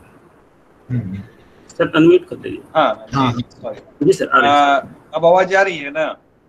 जी जी ठीक। हाँ, मैं जितेंद्र जी, मैं बहुत आभारी हूँ आपका। ये जो स्कॉलर ग्रुप है भाई देवेंद्र चौबे जी का, जिनको मैं मानता हूँ बहुत ही अच्छे ऑर्गेनाइजर हैं वो, और प्रेरित करते हैं इस तरह के तमाम कार्यक्रमों को आगे चलाने का। और जैसे हम लोग इतिहास की बात करते हैं, बट उन्होंने इतिहास पर इतना बड़ा, उन्होंने और रश्मि जी ने मिलकर कितना बड़ा अभियान चलाया हुआ है, जो history as life, history in life, history as life, history भोग के से जीवन में करके आ जाए। तो इस तरह के काम लगातार करते रहते हैं। और मैं इसलिए भी आप लोगों का आभारी हूँ कि आप लोगों ने इतना अच्छा व्याख्यान सदानंद साही जी का हमें सुनने को मौका दिया। साही जी केदार जी को भी जानते थे बहुत अच्छी तरह से, और कविता को भी जानते थे। तो बहुत ही आप लोगों ने एक अच्छे व्यक्ति का चयन किया, वक्ता का चयन किया केदार जी पर, इसके लिए भी मैं आपका आभारी हूँ। तीसरा जिसने मुझे इस कार्यक्रम में और ज्यादा वो किया, जोड़ा, वो मैं अपने वाइस चांसलर सपोरी जी को मैं देख पाया इस कार्यक्रम में लंबे समय बाद, जब मैं जेएनयू में प्रोफेसर पे गया, और तब वही हमारे वाइस चांसलर थे, और लगातार वो कहीं चलते हुए मिल जाते थे कहीं। तो अब तो हम लोग उस तरह के जीवन की कामना भी नहीं कर सकते। उस तरह के वाइस चांसलर होना, देखना बहुत दुर्लभ है। शलील मिश्रा जी हमारे मित्र हैं और बहुत हमारे बड़े भाई की तरह हैं, उनको भी मैं देख पाया इस आयोजन में। तो ये आयोजन ये देवेन जी और उनके इस ग्रुप की खासियत है कि किस तरह से वो बहुत तरह के जो समाज वैज्ञानिक, इतिहास के लोग, साहित्य के लोग, सबको इकट्ठा करके कोई कार्यक्रम या कोई विमर्श ना करते हैं। इसमें क्या होता है कि कोई भी विमर्श एकांगी नहीं रह जाता, बहुआयामी और बहुल नुएंस का डिस्कोर्स। इसलिए भी मैं आभारी हूँ आपका कि आपने केदार जी पर यह आयोजन किया। केदार जी हिंदी समाज देखिए बहुत ही निष्ठुर समाज है। तो सबसे पहले अपने लोगों को भूलता है और सबसे कम दाय वो अपने लोगों को देता है। यानी आप देखिए बड़े बड़े लोग जिनका कोई नाम, मतलब बहुत बड़े अपने समय के समीक्षक आलोचक शिव कुमार मिश्र, कोई याद करने की स्थिति नहीं है। नामवर जी इतने बड़े आलोचक, लेकिन आप देख रहे होंगे कितना श्रिंक कर गया है उनको याद करने का स्फीयर है।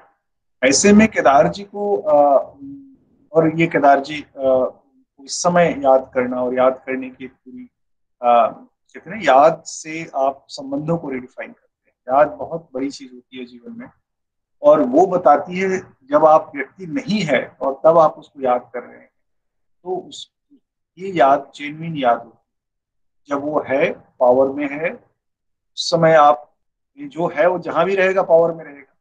उस समय अगर आप उसको याद करते हैं तो कोई बड़ी बात नहीं है। जब वो नहीं है और तब याद करते हैं तो बहुत।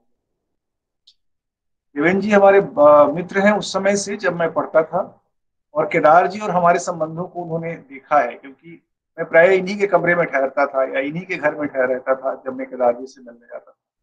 तो वो कई बार ये खुद मुझे केदार जी से मिलने ले जाते थे, मेरा समय तय कर देते थे कि आपको मिलना है केदार जी से। तो बहुत ही एक अंतरंग किस्म के संबंध जो हमारी केदार जी से थी, बहुत कहते हैं ना दूर रह के और एक दूसरे को के प्रति आदर और स्नेह।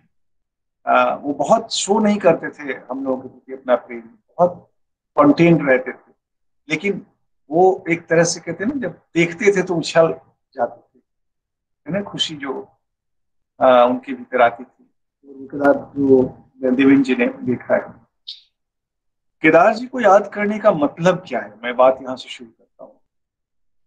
केदार जी को याद क्यों किया जाए और केदार जी को याद करने का मतलब क्या? केदार जी को याद करना सिर्फ उनकी कविताओं को याद करना नहीं है। केदार जी को याद करना एक पूरे समय के इतिहास को याद करना है जो उनकी कविताओं में मिलता है। जो भारत के बनने का इतिहास, यानी आज़ादी के बाद 50 से लेके और 2014-15 तक, उसके पहले तक का जो भारत है वो उनकी कविताओं में बोलता है, या उस समय का एप्रिसिएशन या उस समय का क्रिटिक उनकी कविताओं में लगातार दिखाई पड़ता है। यानी एक तरफ एक आलोचक है नामवर सिंह, जिनकी आलोचना में वो पूरा समय बोलता है, और दूसरी तरफ केदारनाथ सिंह एक कवि और चिंतक है जिनकी कविताओं और चिंतन में वो पूरा समय बोलता है। तो एक तरह से इंडिया, कहते हैं ना, आइडिया ऑफ इंडिया की जो मेकिंग का समय है, आइडिया ऑफ इंडिया की जो बनने का समय है, उस बनने के समय और उसके विकास का समय वो उनकी कविताओं में। केदार जी की याद करने का ये जो दूसरा मतलब है, जो मेरे लिए बहुत वैयक्तिक है और जिसको मैं आज यहाँ शेयर करना चाहता हूँ, कि जब मैं कविताएं लिख रहा था और कविताओं जब मैं पीएचडी कर रहा था इलाहाबाद में और कविताएं लिख रहा था और एक बड़ी धारा साहित्य की मेरे खिलाफ खड़ी, यानी तमाम तरह से मेरे ऊपर अटैक्स हो रहे थे, उस समय एकमात्र व्यक्ति केदारनाथ सिंह, ये मेरे पक्ष में, मेरी कविताओं के पक्ष में, मेरे होने के पक्ष में कि नहीं ये है, ये इसको होना है इस समय, वो खड़े थे। और उन्होंने, आप सबको पता है, उन्होंने मुझे भागभूषण अग्रवाल पुरस्कार दिया और हर क्षण वो मुझे, और ऐसे लोगों के बीच उन्होंने मेरे पक्ष में खड़े हुए, वो जो उनके बहुत अंतरंग थे, यानी उनसे अलग होकर उन्होंने अपना स्टैंड मेरे पक्ष में। आप सोच सकते हैं कितना बड़ा आत्मसंघर्ष उनका रहा होगा जब वो मेरे पक्ष में कोई बात कहते रहे होंगे, जब मेरे पक्ष में बोलते रहे होंगे, मेरे पक्ष में खड़े होते रहे। तो केदार जी को याद करने का जो दूसरा मतलब है, जो बहुत वैयक्तिक है, वो है कि किसी भी जिसको भी आप सही समझे, उसके पक्ष में खड़ा होने की शक्ति, और खड़ा होने का मतलब वो सड़क पर विवाद करने वाले नहीं, बहुत ही रचनात्मक ढंग से खड़ा होने की शक्ति, जो आज कम होती जा रही है। आज कोई भी किसी चीज के पक्ष में सोशल साइट पर गाली दे देगा, इधर उधर बोल देगा, लेकिन मीनिंगफुल ढंग से किसी के पक्ष में कोई खड़ा नहीं, क्योंकि ये समय बहुत इस मामले में ऑपरेसिव टाइम, ऑपरेसिव प्रेजेंट, जो चल रहा है किताब है, तो ये ऑपरेसिव प्रेजेंट है। तो उस ऑपरेसिव प्रेजेंट में केदार जी को याद करने का मतलब उस परंपरा को याद करना है, जो परंपरा हमेशा अपने, जिसे वो सही समझती है, उसके पक्ष में और खड़ी होकर के उसके लिए संघर्ष करती है। मैं जो कह रहा था कि इंडिया इन द मेकिंग की कमी है केदारनाथ सिंह, और इंडिया इन द मेकिंग को आप वो कहाँ से देखते हैं? हम लोग बार बार जिक्र करते हैं, यहाँ से देखो, बहुत प्रसिद्ध लाइन है, यहाँ से देखो, यानी वो कहाँ से देखते हैं उस इंडिया इन द मेकिंग को? जो साई जी कह रहे थे, वो अपने जनपद से देखते हैं, और वो जनपद जिसका जनपद नहीं है उसकी दुनिया भी नहीं है। उनका एक जनपद है और उस जनपद से खड़ा होकर वो पूरी दुनिया को, और फिर पूरी दुनिया को उस जनपद में ला करके वो समाहित भी करते। तो ये एक बहुत बड़ा रचनात्मक संघर्ष कवि का होता है, लेंस के, यानी किस तरह से वो अपना लेंस विकसित करता है। वो लेंस वो अपने जनपद से विकसित करते हैं, वहाँ के जीवन, वहाँ के लाइफ के स्टोरीज, वहाँ के सारा जो पर्यावरण है, प्रकृति है, नदियां हैं, माझी का पुल है, वो जो नाले का जिक्र कर रहे थे सारी जी, नाला है, तमाम लोग हैं, अकाल में सारस है, वो सारस है, तो सारा जो उनका वो जो पॉलिजी, इकोसिस्टम ऑफ पोइट्री जो कहते हैं, इकोसिस्टम ऑफ पोइट्री जो वो एक जनपद से इवॉल्व करती है, और वो जनपद प्रतीकात्मक रूप से बहुत बड़ा जनपद है। यानी उस जनपद में, इस इकोसिस्टम में, उस जनपद में कलकत्ता भी है, उस जनपद में उस जनपद का जो इकोसिस्टम है उसमें बुद्ध की बात हुई, बुद्ध हैं, कबीर हैं, रविदास हैं, शिव नारायण हैं, बहुत सारे जो संतों की आवाज है, जो उस इंडिया इन द मेकिंग, यानी ट्रांजिशन का जो भारत, परिवर्तन का भारत है, यानी ग्लोबलाइजेशन के पहले का भारत, ग्लोबलाइजेशन के बाद का भारत, और उसका जो जो जो जो पोएटिक कॉन्टेस्टेशन है एक कवि का, या पोएटिक एडेप्टेशन, वो केदार जी की कविताओं में दिखती है। तो केदार जी और केदार जी इसलिए भी उनको याद करने का मतलब है कि हम एक बड़ी कविता, बहुत अपने समय की बड़ी कविता को याद करते हैं। बड़ी कविता शब्द को मैं डिफाइन नहीं कर पा रहा हूँ, बड़ी किस सेंस में, अभी समय नहीं है, लेकिन आपको पता होगा कि जब केदार जी जीवित थे कितने वर्सेस खड़े किए जाते थे, कितने बनाम खड़े किए जाते थे, ये वर्सेस वो वर्सेस वो वर्सेस वो। केदार जी कभी उस पर रिएक्ट नहीं करते थे, और वो एक ऐसी कविता रच रहे थे जिसमें कोई वर्सेस, इस तरह का वर्सेस नहीं था, अपनों से वर्सेस नहीं था, अपनों से स्टैंड था, जहां पर खड़ा होना है वहां वो खड़े होकर के, जैसा मैंने कहा ना कि जिसको अच्छा समझते थे उसके पक्ष में खड़े होते, लेकिन कोई वर्सेस नहीं क्रिएट करता। दो प्रक्रिया होती है, तो वर्सेस क्रिएट करना क्या होता है? कॉन्स्टेंट कॉन्टेस्टेशन, जिसको कहते हैं ना ईर्ष्या, जेलसीज, ये सब अपने भीतर रच लें, जो आप पॉलिटिक्स में भी देखेंगे। और वो एक बहुत ही अच्छा, कुछ सामान्य, ये तो बड़ी बड़ी बातें उनकी कविता के लिए बहुत छोटी है, लेकिन कई लोग कहते हैं ना कि किसान मन था उनके भीतर, बहुत सहज, एक जो गांव का व्यक्ति होता है, गवई मन था, एक गवई मन का व्यक्ति दिल्ली में आ गया था, दिल्ली जैसे महानगर में, मेट्रोपोल में, और वो उस गवई मन से उस मेट्रोपोल को रिएक्ट कर रहा था, मेट्रोपोल पर कमेंट कर रहा था।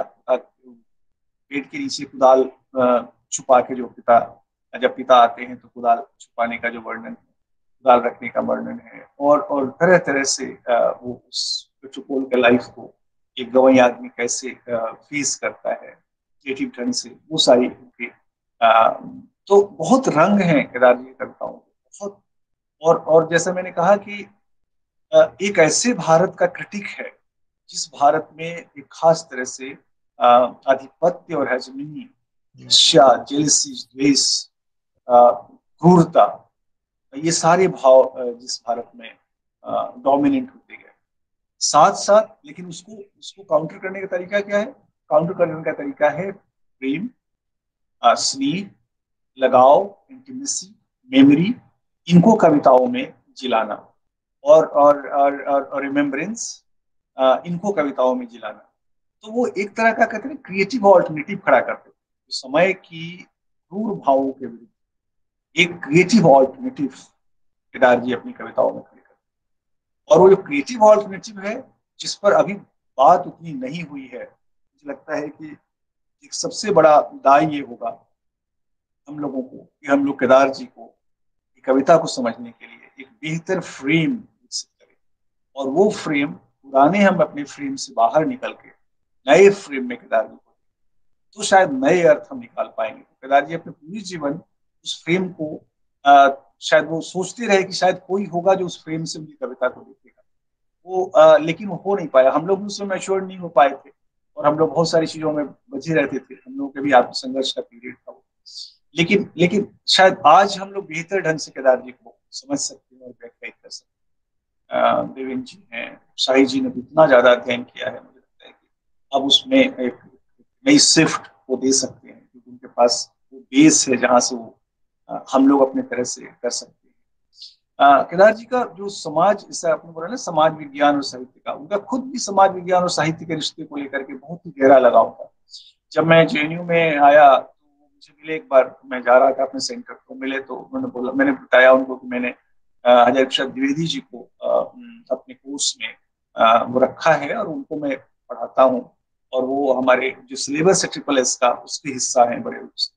उन्होंने कहा ये पहली बार है JNU में कि SSS ने हजारी प्रसाद द्विवेदी को पढ़ाने का तय किया। यूजुअली साहित्य में तो हम समाज विज्ञान को पढ़ा देते हैं, लेकिन समाज विज्ञान के लोग साहित्य को कम महत्व देते हैं। तो ये एक संघर्ष एक उनके दिमाग में था, और उनको लगा कि भाई एक कवि जब साइंस की दुनिया में आया है तो उसने अपनी तरह से उस पूरे कोर्स को बदला है। क्योंकि मैं एक कोर्स देता था उनके यहाँ, एक्सप्लोरिंग योर ओन आइज, अपनी आंखों की तलाश, और उसमें मैं हजारी प्रसाद द्विवेदी, गोपीनाथ कविराज और ढेर सारे ऐसे चीज पढ़ाता था। तो वो लोग एक बहुत कहते हैं ना, ये कम होते जा रहे हैं अब, बहुत हम लोग मोनो कहते हैं ना लीनियर होते जा रहे हैं। केदार जी, नामवर सिंह, ये सारे लोग बहुत मल्टीपल, क्योंकि हजारी प्रसाद द्विवेदी की उस परंपरा से वो लोग विकसित, बहुत की जड़ें फैली हुई थी, हमारी जड़ें बहुत सीमित होती जा रही हैं। तो मुझे लगता है कि बहुत समय ज्यादा हो गया है, 7 बज गया, मुझे लगता है मैं 20-25 मिनट बोल गया। तो मैं ज़्यादा समय नहीं लूंगा, शायद ज़्यादा समय होता तो मैं और बातें कह सकता था, लेकिन मैं अभी उस बात को भी पूरी तरह व्याख्यायित नहीं कर पाया कि केदार जी को याद करने के मायने क्या है। मैंने सिर्फ 2-3 पॉइंट्स अभी दिए हैं, बात कर पाया हूँ, लेकिन फिर कभी मौका मिलेगा तो विस्तार से हम लोग केदार जी पर बातें करेंगे। और साही जी ने बहुत अच्छा व्याख्यान दिया और मुझे लगता है कि केदार जी को याद करने की ये परंपरा आगे बढ़नी चाहिए और इस तरह के व्याख्यानों को हम अगर छाप पाए तो बहुत अच्छी बात है। केदारनाथ सिंह के याद में एक मेमोरियल लेक्चर भी अगर हम लोग शुरू कर पाए, कौन करेगा, शायद हम अपने यहाँ भी कर सकते हैं, लेकिन आपको पता है कि सोशल साइंस इंस्टीट्यूशन में साहित्य को जिलाए रखना अपने आप, जब तक पावर में है तब तक तो संभव है, जब आप नहीं रहेंगे तो फिर वो ऐसे ही मर जाती है। तो फिर भी लेकिन हम लोग कोशिश करेंगे कि एक आप लोगों के साथ जुड़ करके एक उनकी यादगारी को एक नया अर्थ देना। लेकिन मुझे बार बार लगता है कि केदार जी की कविता को समझने का जो फ्रेम है वो नया होना चाहिए। वो फ्रेम अभी तक वर्सेस में बना है, रघुवीर सहाय वर्सेस केदारनाथ सिंह, मार्क्सिस्ट, गैर marxist, less marxist, soft marxist, hard marxist, इन सारे फ्रेम में उनको अभी तक देखा गया है। या कई लोग तो मार्क्सिस्ट तो उस समय बहुत ज्यादा प्रतिकार भी करते थे उनकी कविताओं का, जो उनको मार्क्सिस्ट, तो वो सब कुछ उनको कला के प्रति उनके रुझान को वो ठीक से नहीं मानते थे। अगर मैं कहता हूँ कि अगर केदार जी नहीं होते तो हिंदी में एक कविता परंपरा जो हम सारे लोग, केदारनाथ, एकांत श्रीवास्तव, नवल शुक्ल और ढेर सारे कवियों में आपको दिखाई पड़ रही है, वो शायद जीवित ही नहीं होती, वो शायद खत्म हो जाती, उसको बढ़ने ही नहीं दिया जाता। केदारनाथ सिंह ने एक माहौल दिया जिसमें हम सारे, एक हिंदी की एक परंपरा जिसको कि इंटीमेसी की कविता जिसको कहा जा सकता है, फोक की कविता कही जा सकती है, लोक की कविता कही जा सकती है, वो जीवित हो पाई। तो मुझे लगता है कि यहीं पर देवेंद्र जी और मैं अपनी बात समाप्त करूंगा, समय ज्यादा हो गया है। और आप सबको बहुत बहुत धन्यवाद, बधाई, आप लोगों ने इतना अच्छा प्रोग्राम किया और हम सब भी इससे सीखेंगे और शायद आगे और जगह और ग्रुप को भी हम लोग इस तरह से कर पाएंगे।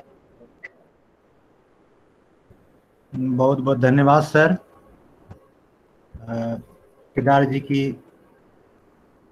स्मृति को नमन करते हुए रश्मि मैम केदार जी कविताओं का पाठ करेंगे और अगर इस कार्यक्रम में केदार जी कविताओं का पाठ ना हो तो शायद यह कार्यक्रम अधूरा ही रह जाएगा।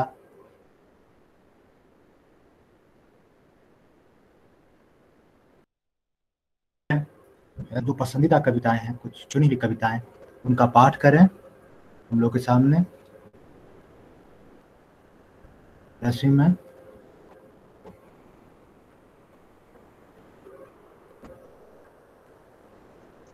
जी बहुत बहुत धन्यवाद जितेंद्र, बहुत अच्छा लग रहा है आप लोगों से जुड़कर।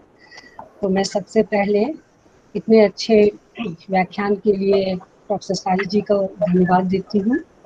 और नमस्कार मित्रों, आदरणीय सतोरी जी, प्रोफेसर सदानंद शाही जी, प्रोफेसर बद्री नारायण जी, प्रोफेसर सलील Mishra ji, professor Om Prakash Singh ji, professor Anil Rai ji, professor Harimohan Sharma ji और प्रोफेसर देवेंद्र चौबे और जेएनयू स्कॉलर्स ग्रुप के सभी सदस्यों को आभार प्रकट करते हुए इतना अच्छा कार्यक्रम का आयोजन किया और आगे भी करेंगे, जिनसे जुड़ के हमें बहुत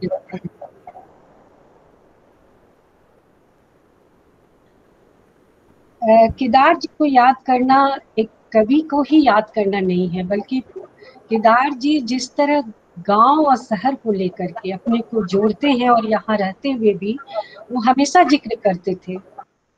जब जेएनयू में थे और उनका दक्षिणापुरम में ही हमारे पेरियार हॉस्टल के पीछे ही घर हुआ करता था, 14 नंबर घर में वो रहते थे और यदा कदा उनसे मुलाकात होती रहती थी। कभी कभी लगता था केदार जी बहुत करीब लगते थे। और जब जेएनयू से रिटायरमेंट के बाद वो साकेत में गए तो जैसा कि पहले सदानंद शाही जी ने भी, बद्री नारायण जी ने भी कहा कि गांव और शहर से जुड़े हुए थे। और जब वो साकेत में शिफ्ट कर गए तो वो हमेशा कहते थे कि मैं जेएनयू इसलिए आता हूँ क्योंकि जेएनयू और साकेत के बीच में भी एक पुल होनी चाहिए ताकि मैं हमेशा यहाँ आऊँ। तो ये बड़ा अच्छा लगता था। और जब भी वो बैंक, चूंकि मेरे घर के बगल में ही बैंक था, तो जब भी बैंक आते थे, SBI बैंक, तो वो जरूर हमारे घर आते थे। और यदा कदा उनका सामान, चूंकि वो थोड़े वृद्ध हो ही चुके थे, तो सामान गिरता रहता था, तो मैं कहती थी कि आप इतना सामान लेके क्यों चलते हैं? अरे वो हंस के बोलते थे, इन्हीं सामान में तो मैं ढूंढता रहता हूँ, कुछ मिल जाए नई कविता के लिए। तो सही में केदार जी की कविता का पाठ न हो तो ये अच्छा नहीं लगेगा। और वो, उनकी एक बात मुझे हमेशा ध्यान में रहती है कि वो कहते थे, मैं बिन से ध्वनि की ओर देखता हूँ। यानी कि मैं कविता को जीता नहीं हूँ, कविता को मैं पहले देखता हूँ, फिर सूंघता हूँ, फिर छूता हूँ, और फिर लिखता हूँ, और अंत में मैं सुनता हूँ। ये 5 उनकी कहिए कि जीवन की धारा की तरह कविता से जुड़ा हुआ था।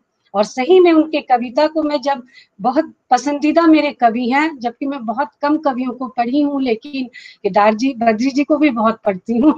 तो ये सब कविता मैंने उनका जब पढ़ा तो मुझे लगा कौन सी कविता, सभी तो प्रिय है, किस कविता को मैं सबसे ज्यादा प्रिय बनाऊं। तो लगा कि 2-3 कविताओं को मैंने उसमें से लिया है, जो आप लोग के सामने मैं अभी प्रस्तुत करूंगी।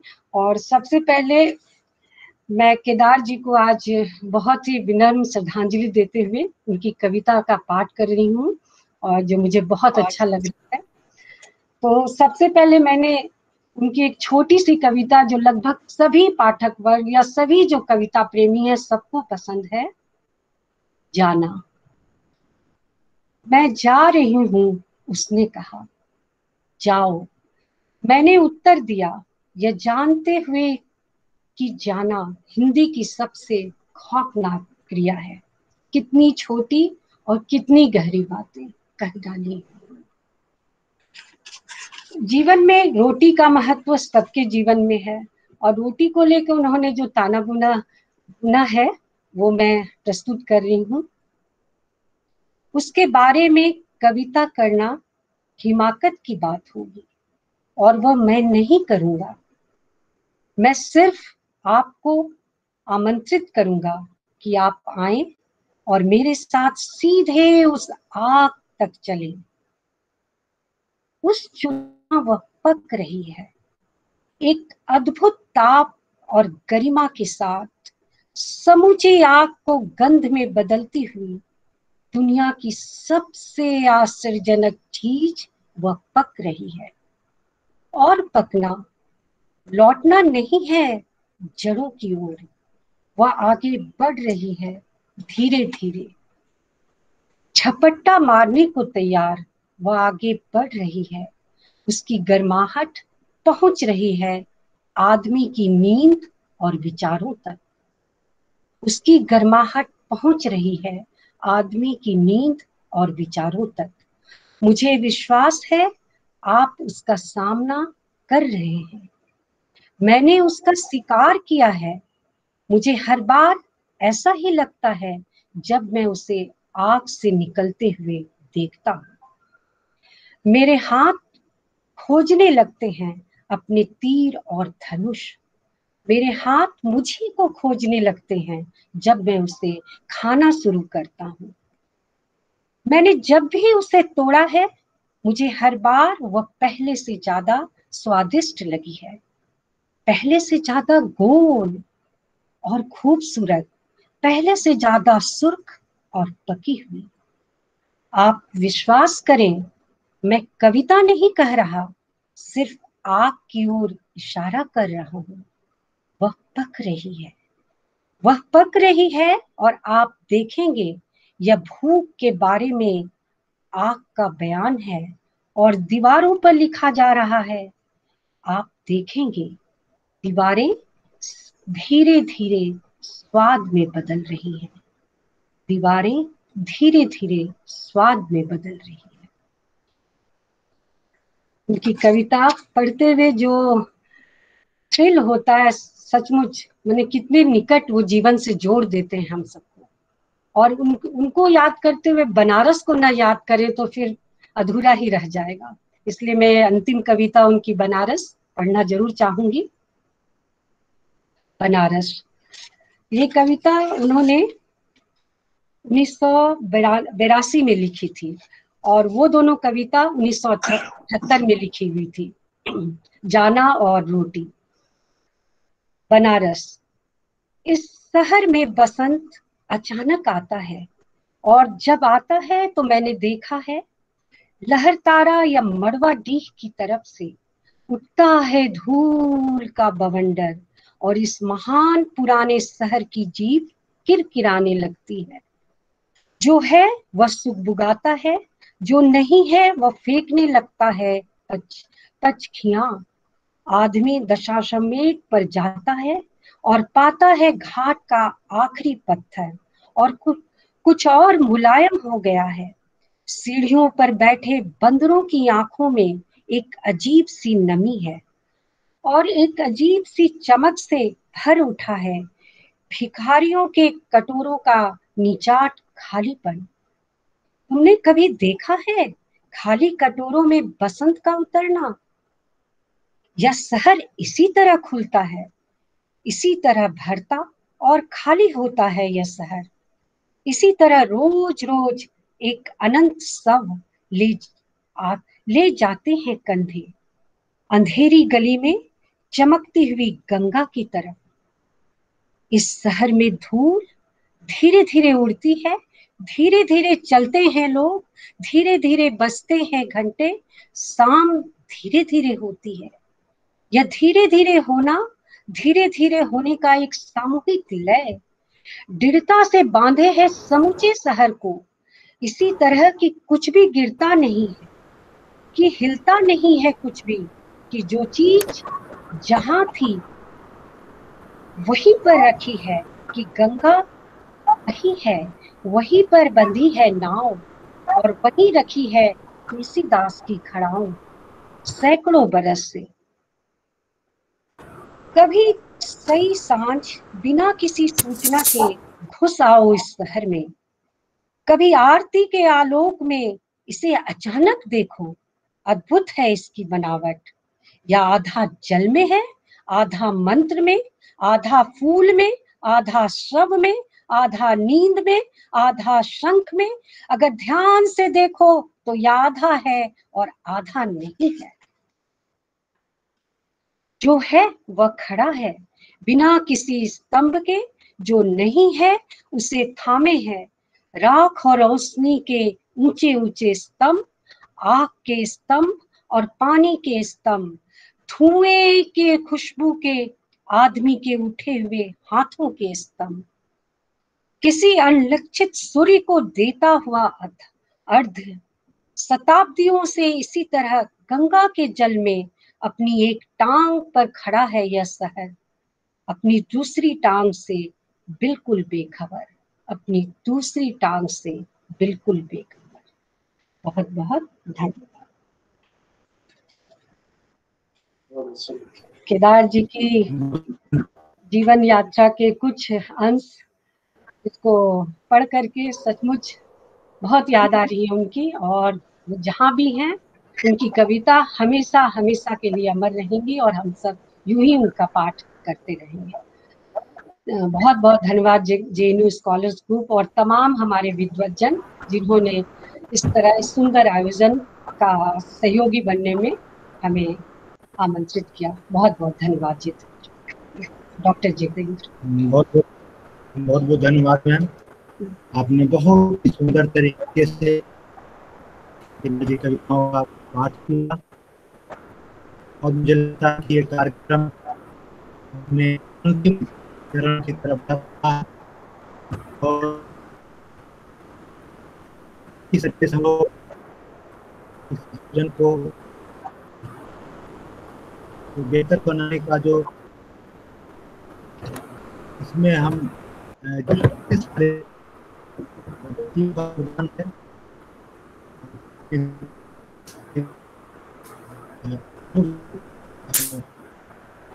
हमारे वक्ता जो भी कार्यक्रम में आए सबको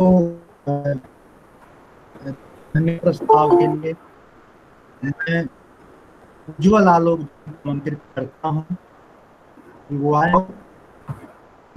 सभी अतिथियों बहुत बहुत धन्यवाद जी। सबसे पहले मैं केदारनाथ सिंह की एक कविता कहूँगा और उसके बाद मैं अपनी बात करूँगा। जाऊँगा कहाँ, रहूँगा यहीं, किसी किवाड़ पर हाथ के निशान की तरह, पड़ा रहूँगा किसी पुराने ताखे या संदूक की गंध में।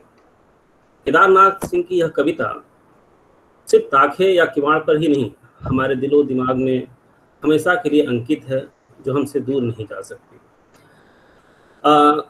एक अच्छी बात तो यह है कि आज पर्यावरण दिवस है और उस पर उनकी एक कविता भी है जिसे हमें पढ़ना भी चाहिए। घोड़े को चाहिए जई, फूल सूंघनी को फूल, टिटहरी को चमकता हुआ पानी, बिच्छू को विष और मुझे। उनका यह जो प्रश्न है और मुझे का उत्तर यही है, ओ मेरी घूमती हुई उदास पृथ्वी, मुझे सिर्फ तुम। तो आज हमें भी इस उदास पृथ्वी को ही देखना है, हमें भी उसे ही चाहना है। जिस तरह के दौर से हम गुजर रहे हैं वहाँ इस पर्यावरण को बचाना हमारा दायित्व है और उनकी कविता हमें ताकत देगी। सबसे पहले मैं कार्यक्रम में सबसे हमारे श्रेष्ठ वरिष्ठ प्रोफेसर सुपोरी सर को मैं धन्यवाद देता हूँ कि जो इस कार्यक्रम में जुड़े। और मैं अपने जीवन में सबसे सहज व्यक्ति, जिसको मैं कहूँ कि इतना सहज व्यक्ति मैंने आज तक नहीं देखा। और जिस समय मैं JNU में प्रवेश लिया, सर कुलपति बन के आए और मैं इससे सहज व्यक्ति किसी को नहीं देखा और इसके लिए भी मैं अपने आप को सौभाग्यशाली मानता हूँ। मैं धन्यवाद ज्ञापित करता हूँ प्रोफेसर देवेंद्र कुमार चौबे का, जिन्होंने यह कंसेप्ट रखा और उस पर लगातार हम काम करते रहे, हमारी टीम काम करते रही। सर के निर्देशन में हमारी एक टीम बनी और सौभाग्य से संतोष कुमार भारद्वाज सर ने इस टीम का नामकरण किया और एक परिकल्पना दोनों लोगों ने मिलकर तैयार की, जिसको हम आगे बढ़ा रहे हैं। और उसी क्रम में आज का यह व्याख्यान आया। इस व्याख्यान में हमारे जो वक्ता रहे प्रोफेसर सदानंद शाही सर, शाही सर का एक ऋण भी है मेरे पास। पिछला जो कार्यक्रम हुआ था केदारनाथ सिंह पे, उसका वीडियो मेरे पास रह गया और दुर्भाग्य से कुछ खराबी हो गई थी मेरे सिस्टम में, जो अभी रिकवरी होकर आया है। तो मैं जल्द ही सर को भी भेज दूंगा, वो भी कार्यक्रम आपको सुनना चाहिए। और मैं सदानंद शाही सर का धन्यवाद देता हूँ कि उन्होंने इतना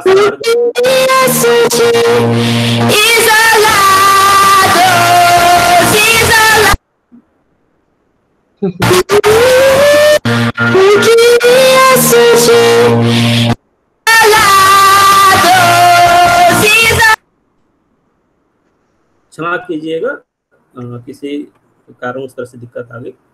तो मैं सदानंद शाही सर का धन्यवाद देता हूं कि उन्होंने इतना सारगर्भित व्याख्यान दिया और उस जनपद से परिचय कराया। मैं प्रोफेसर बद्री नारायण सर को भी धन्यवाद देता हूं, जो कवि के रूप में तो मैं उनको जानता ही हूं, इतिहासकार के रूप में भी जानता हूं। सौभाग्य से उनका एक साक्षात्कार लिया था मैंने, जब मैं 1857 पे काम कर रहा था और इंडो जापान एक कॉन्फ्रेंस था, उसमें सर से मुलाकात हुई थी। तो उनके ज्ञान को लेकर के और कविता की जो समझ है, शायद जो हिंदी के विशेषज्ञ हैं, हिंदी आलोचक हैं, उनसे कमतर नहीं है, कहीं ज़्यादा ही है, क्योंकि वो समाज को भी देख रहे होते हैं और साथ साथ कविता को भी देख रहे होते हैं। मैं बद्री नारायण सर को धन्यवाद देता हूँ, प्रणाम करता हूँ। मैं अपने पूर्व तो नहीं, वर्तमान अध्यक्ष हैं और मेरे पूर्व शिक्षक और अभी भी शिक्षक हैं, प्रोफेसर ओम प्रकाश सिंह। मैंने उनसे बहुत कुछ सीखा है, ज्ञान के भंडार हैं और आज उन्होंने उपस्थिति दी और विषय प्रवेश कराया, मैं उनका धन्यवाद देता हूं। कार्यक्रम में जुड़े प्रोफेसर अरिन राय, प्रोफेसर मुकेश गर्ग, प्रोफेसर सलील सर, प्रोफेसर हरिमोहन सर, सभी लोगों को मैं धन्यवाद नाम देकर के नहीं कर सकता, तो मैं सबको समग्र रूप में धन्यवाद देता हूं।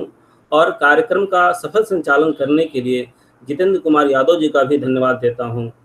साथ ही साथ जितने उपस्थित यहाँ पे श्रोता हैं, दर्शक हैं, सभी को मैं धन्यवाद देता हूं, बहुत बहुत धन्यवाद।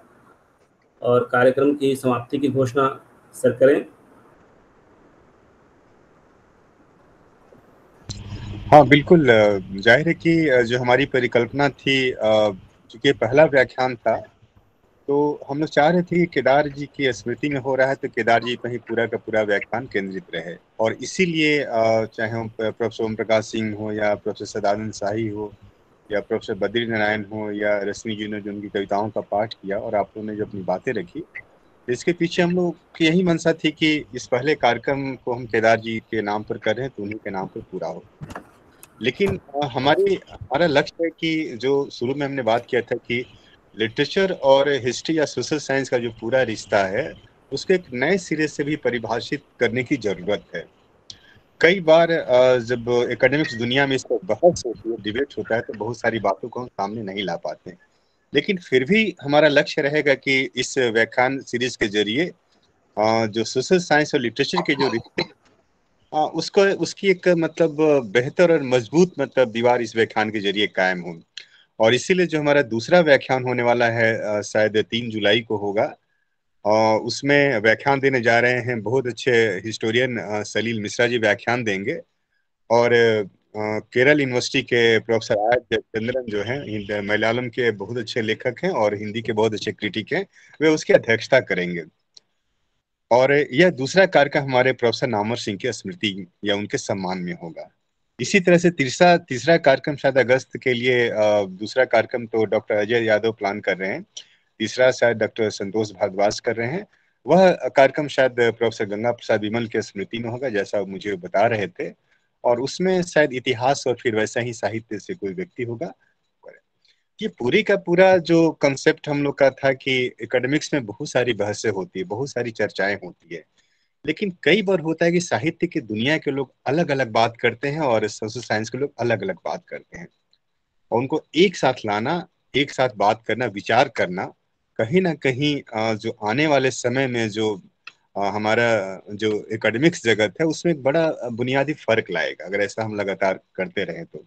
और यह कोशिश जाहिर है कि जो स्कॉलर्स हैं काफी कमिटेड भी हैं, उज्जवल बहुत मेहनत करते हैं, जितेंद्र जी भी काफी मेहनत करते हैं। इस टीम में जितने लोग हैं, चाहे अजय यादव हो, संतोष भारद्वाज हो, गणपत तेली हैं, प्रदीप कुमार हैं, आरती जुड़ी हुई है, नीलम जुड़ी हुई है, ये सारे के सारे लोग बहुत मेहनत करते हैं। मुझे अच्छा लगा कि इनमें अधिकांश लोगों का जो काम है अपना पीएचडी का विषय इंटरडिसिप्लिनरी विषय है, जैसे अभी उज्जवल जी ने बताया कि उनका 1857 पर काम है। तो ये चीजें एक तरह से इंडिकेट करती है कि आने वाले समय में जो एकेडमिक्स में जो बड़ा परिवर्तन होगा वह कहीं ना कहीं समाज विज्ञान और साहित्य के रिश्ते के बीच जो आवाजाही होगी उससे बहुत फर्क पड़ेगा। और इसी के साथ मैं पुनः मतलब जैन स्कॉलर ग्रुप की तरफ से आप सबका धन्यवाद भी दूंगा। जाहिर है कि उज्जवल जी ने धन्यवाद दे दिया, लेकिन फिर भी हम आप सबके प्रति बहुत आभारी हैं। यह एक तरह से कहे कि इस कठिन समय में एक एकेडमिक पहल है जो इस समूह के स्कॉलर्स ने किया। पुनः पुनः धन्यवाद और आपसे सबके प्रति आभार कि आप इस कार्यक्रम से जुड़े। नमस्कार।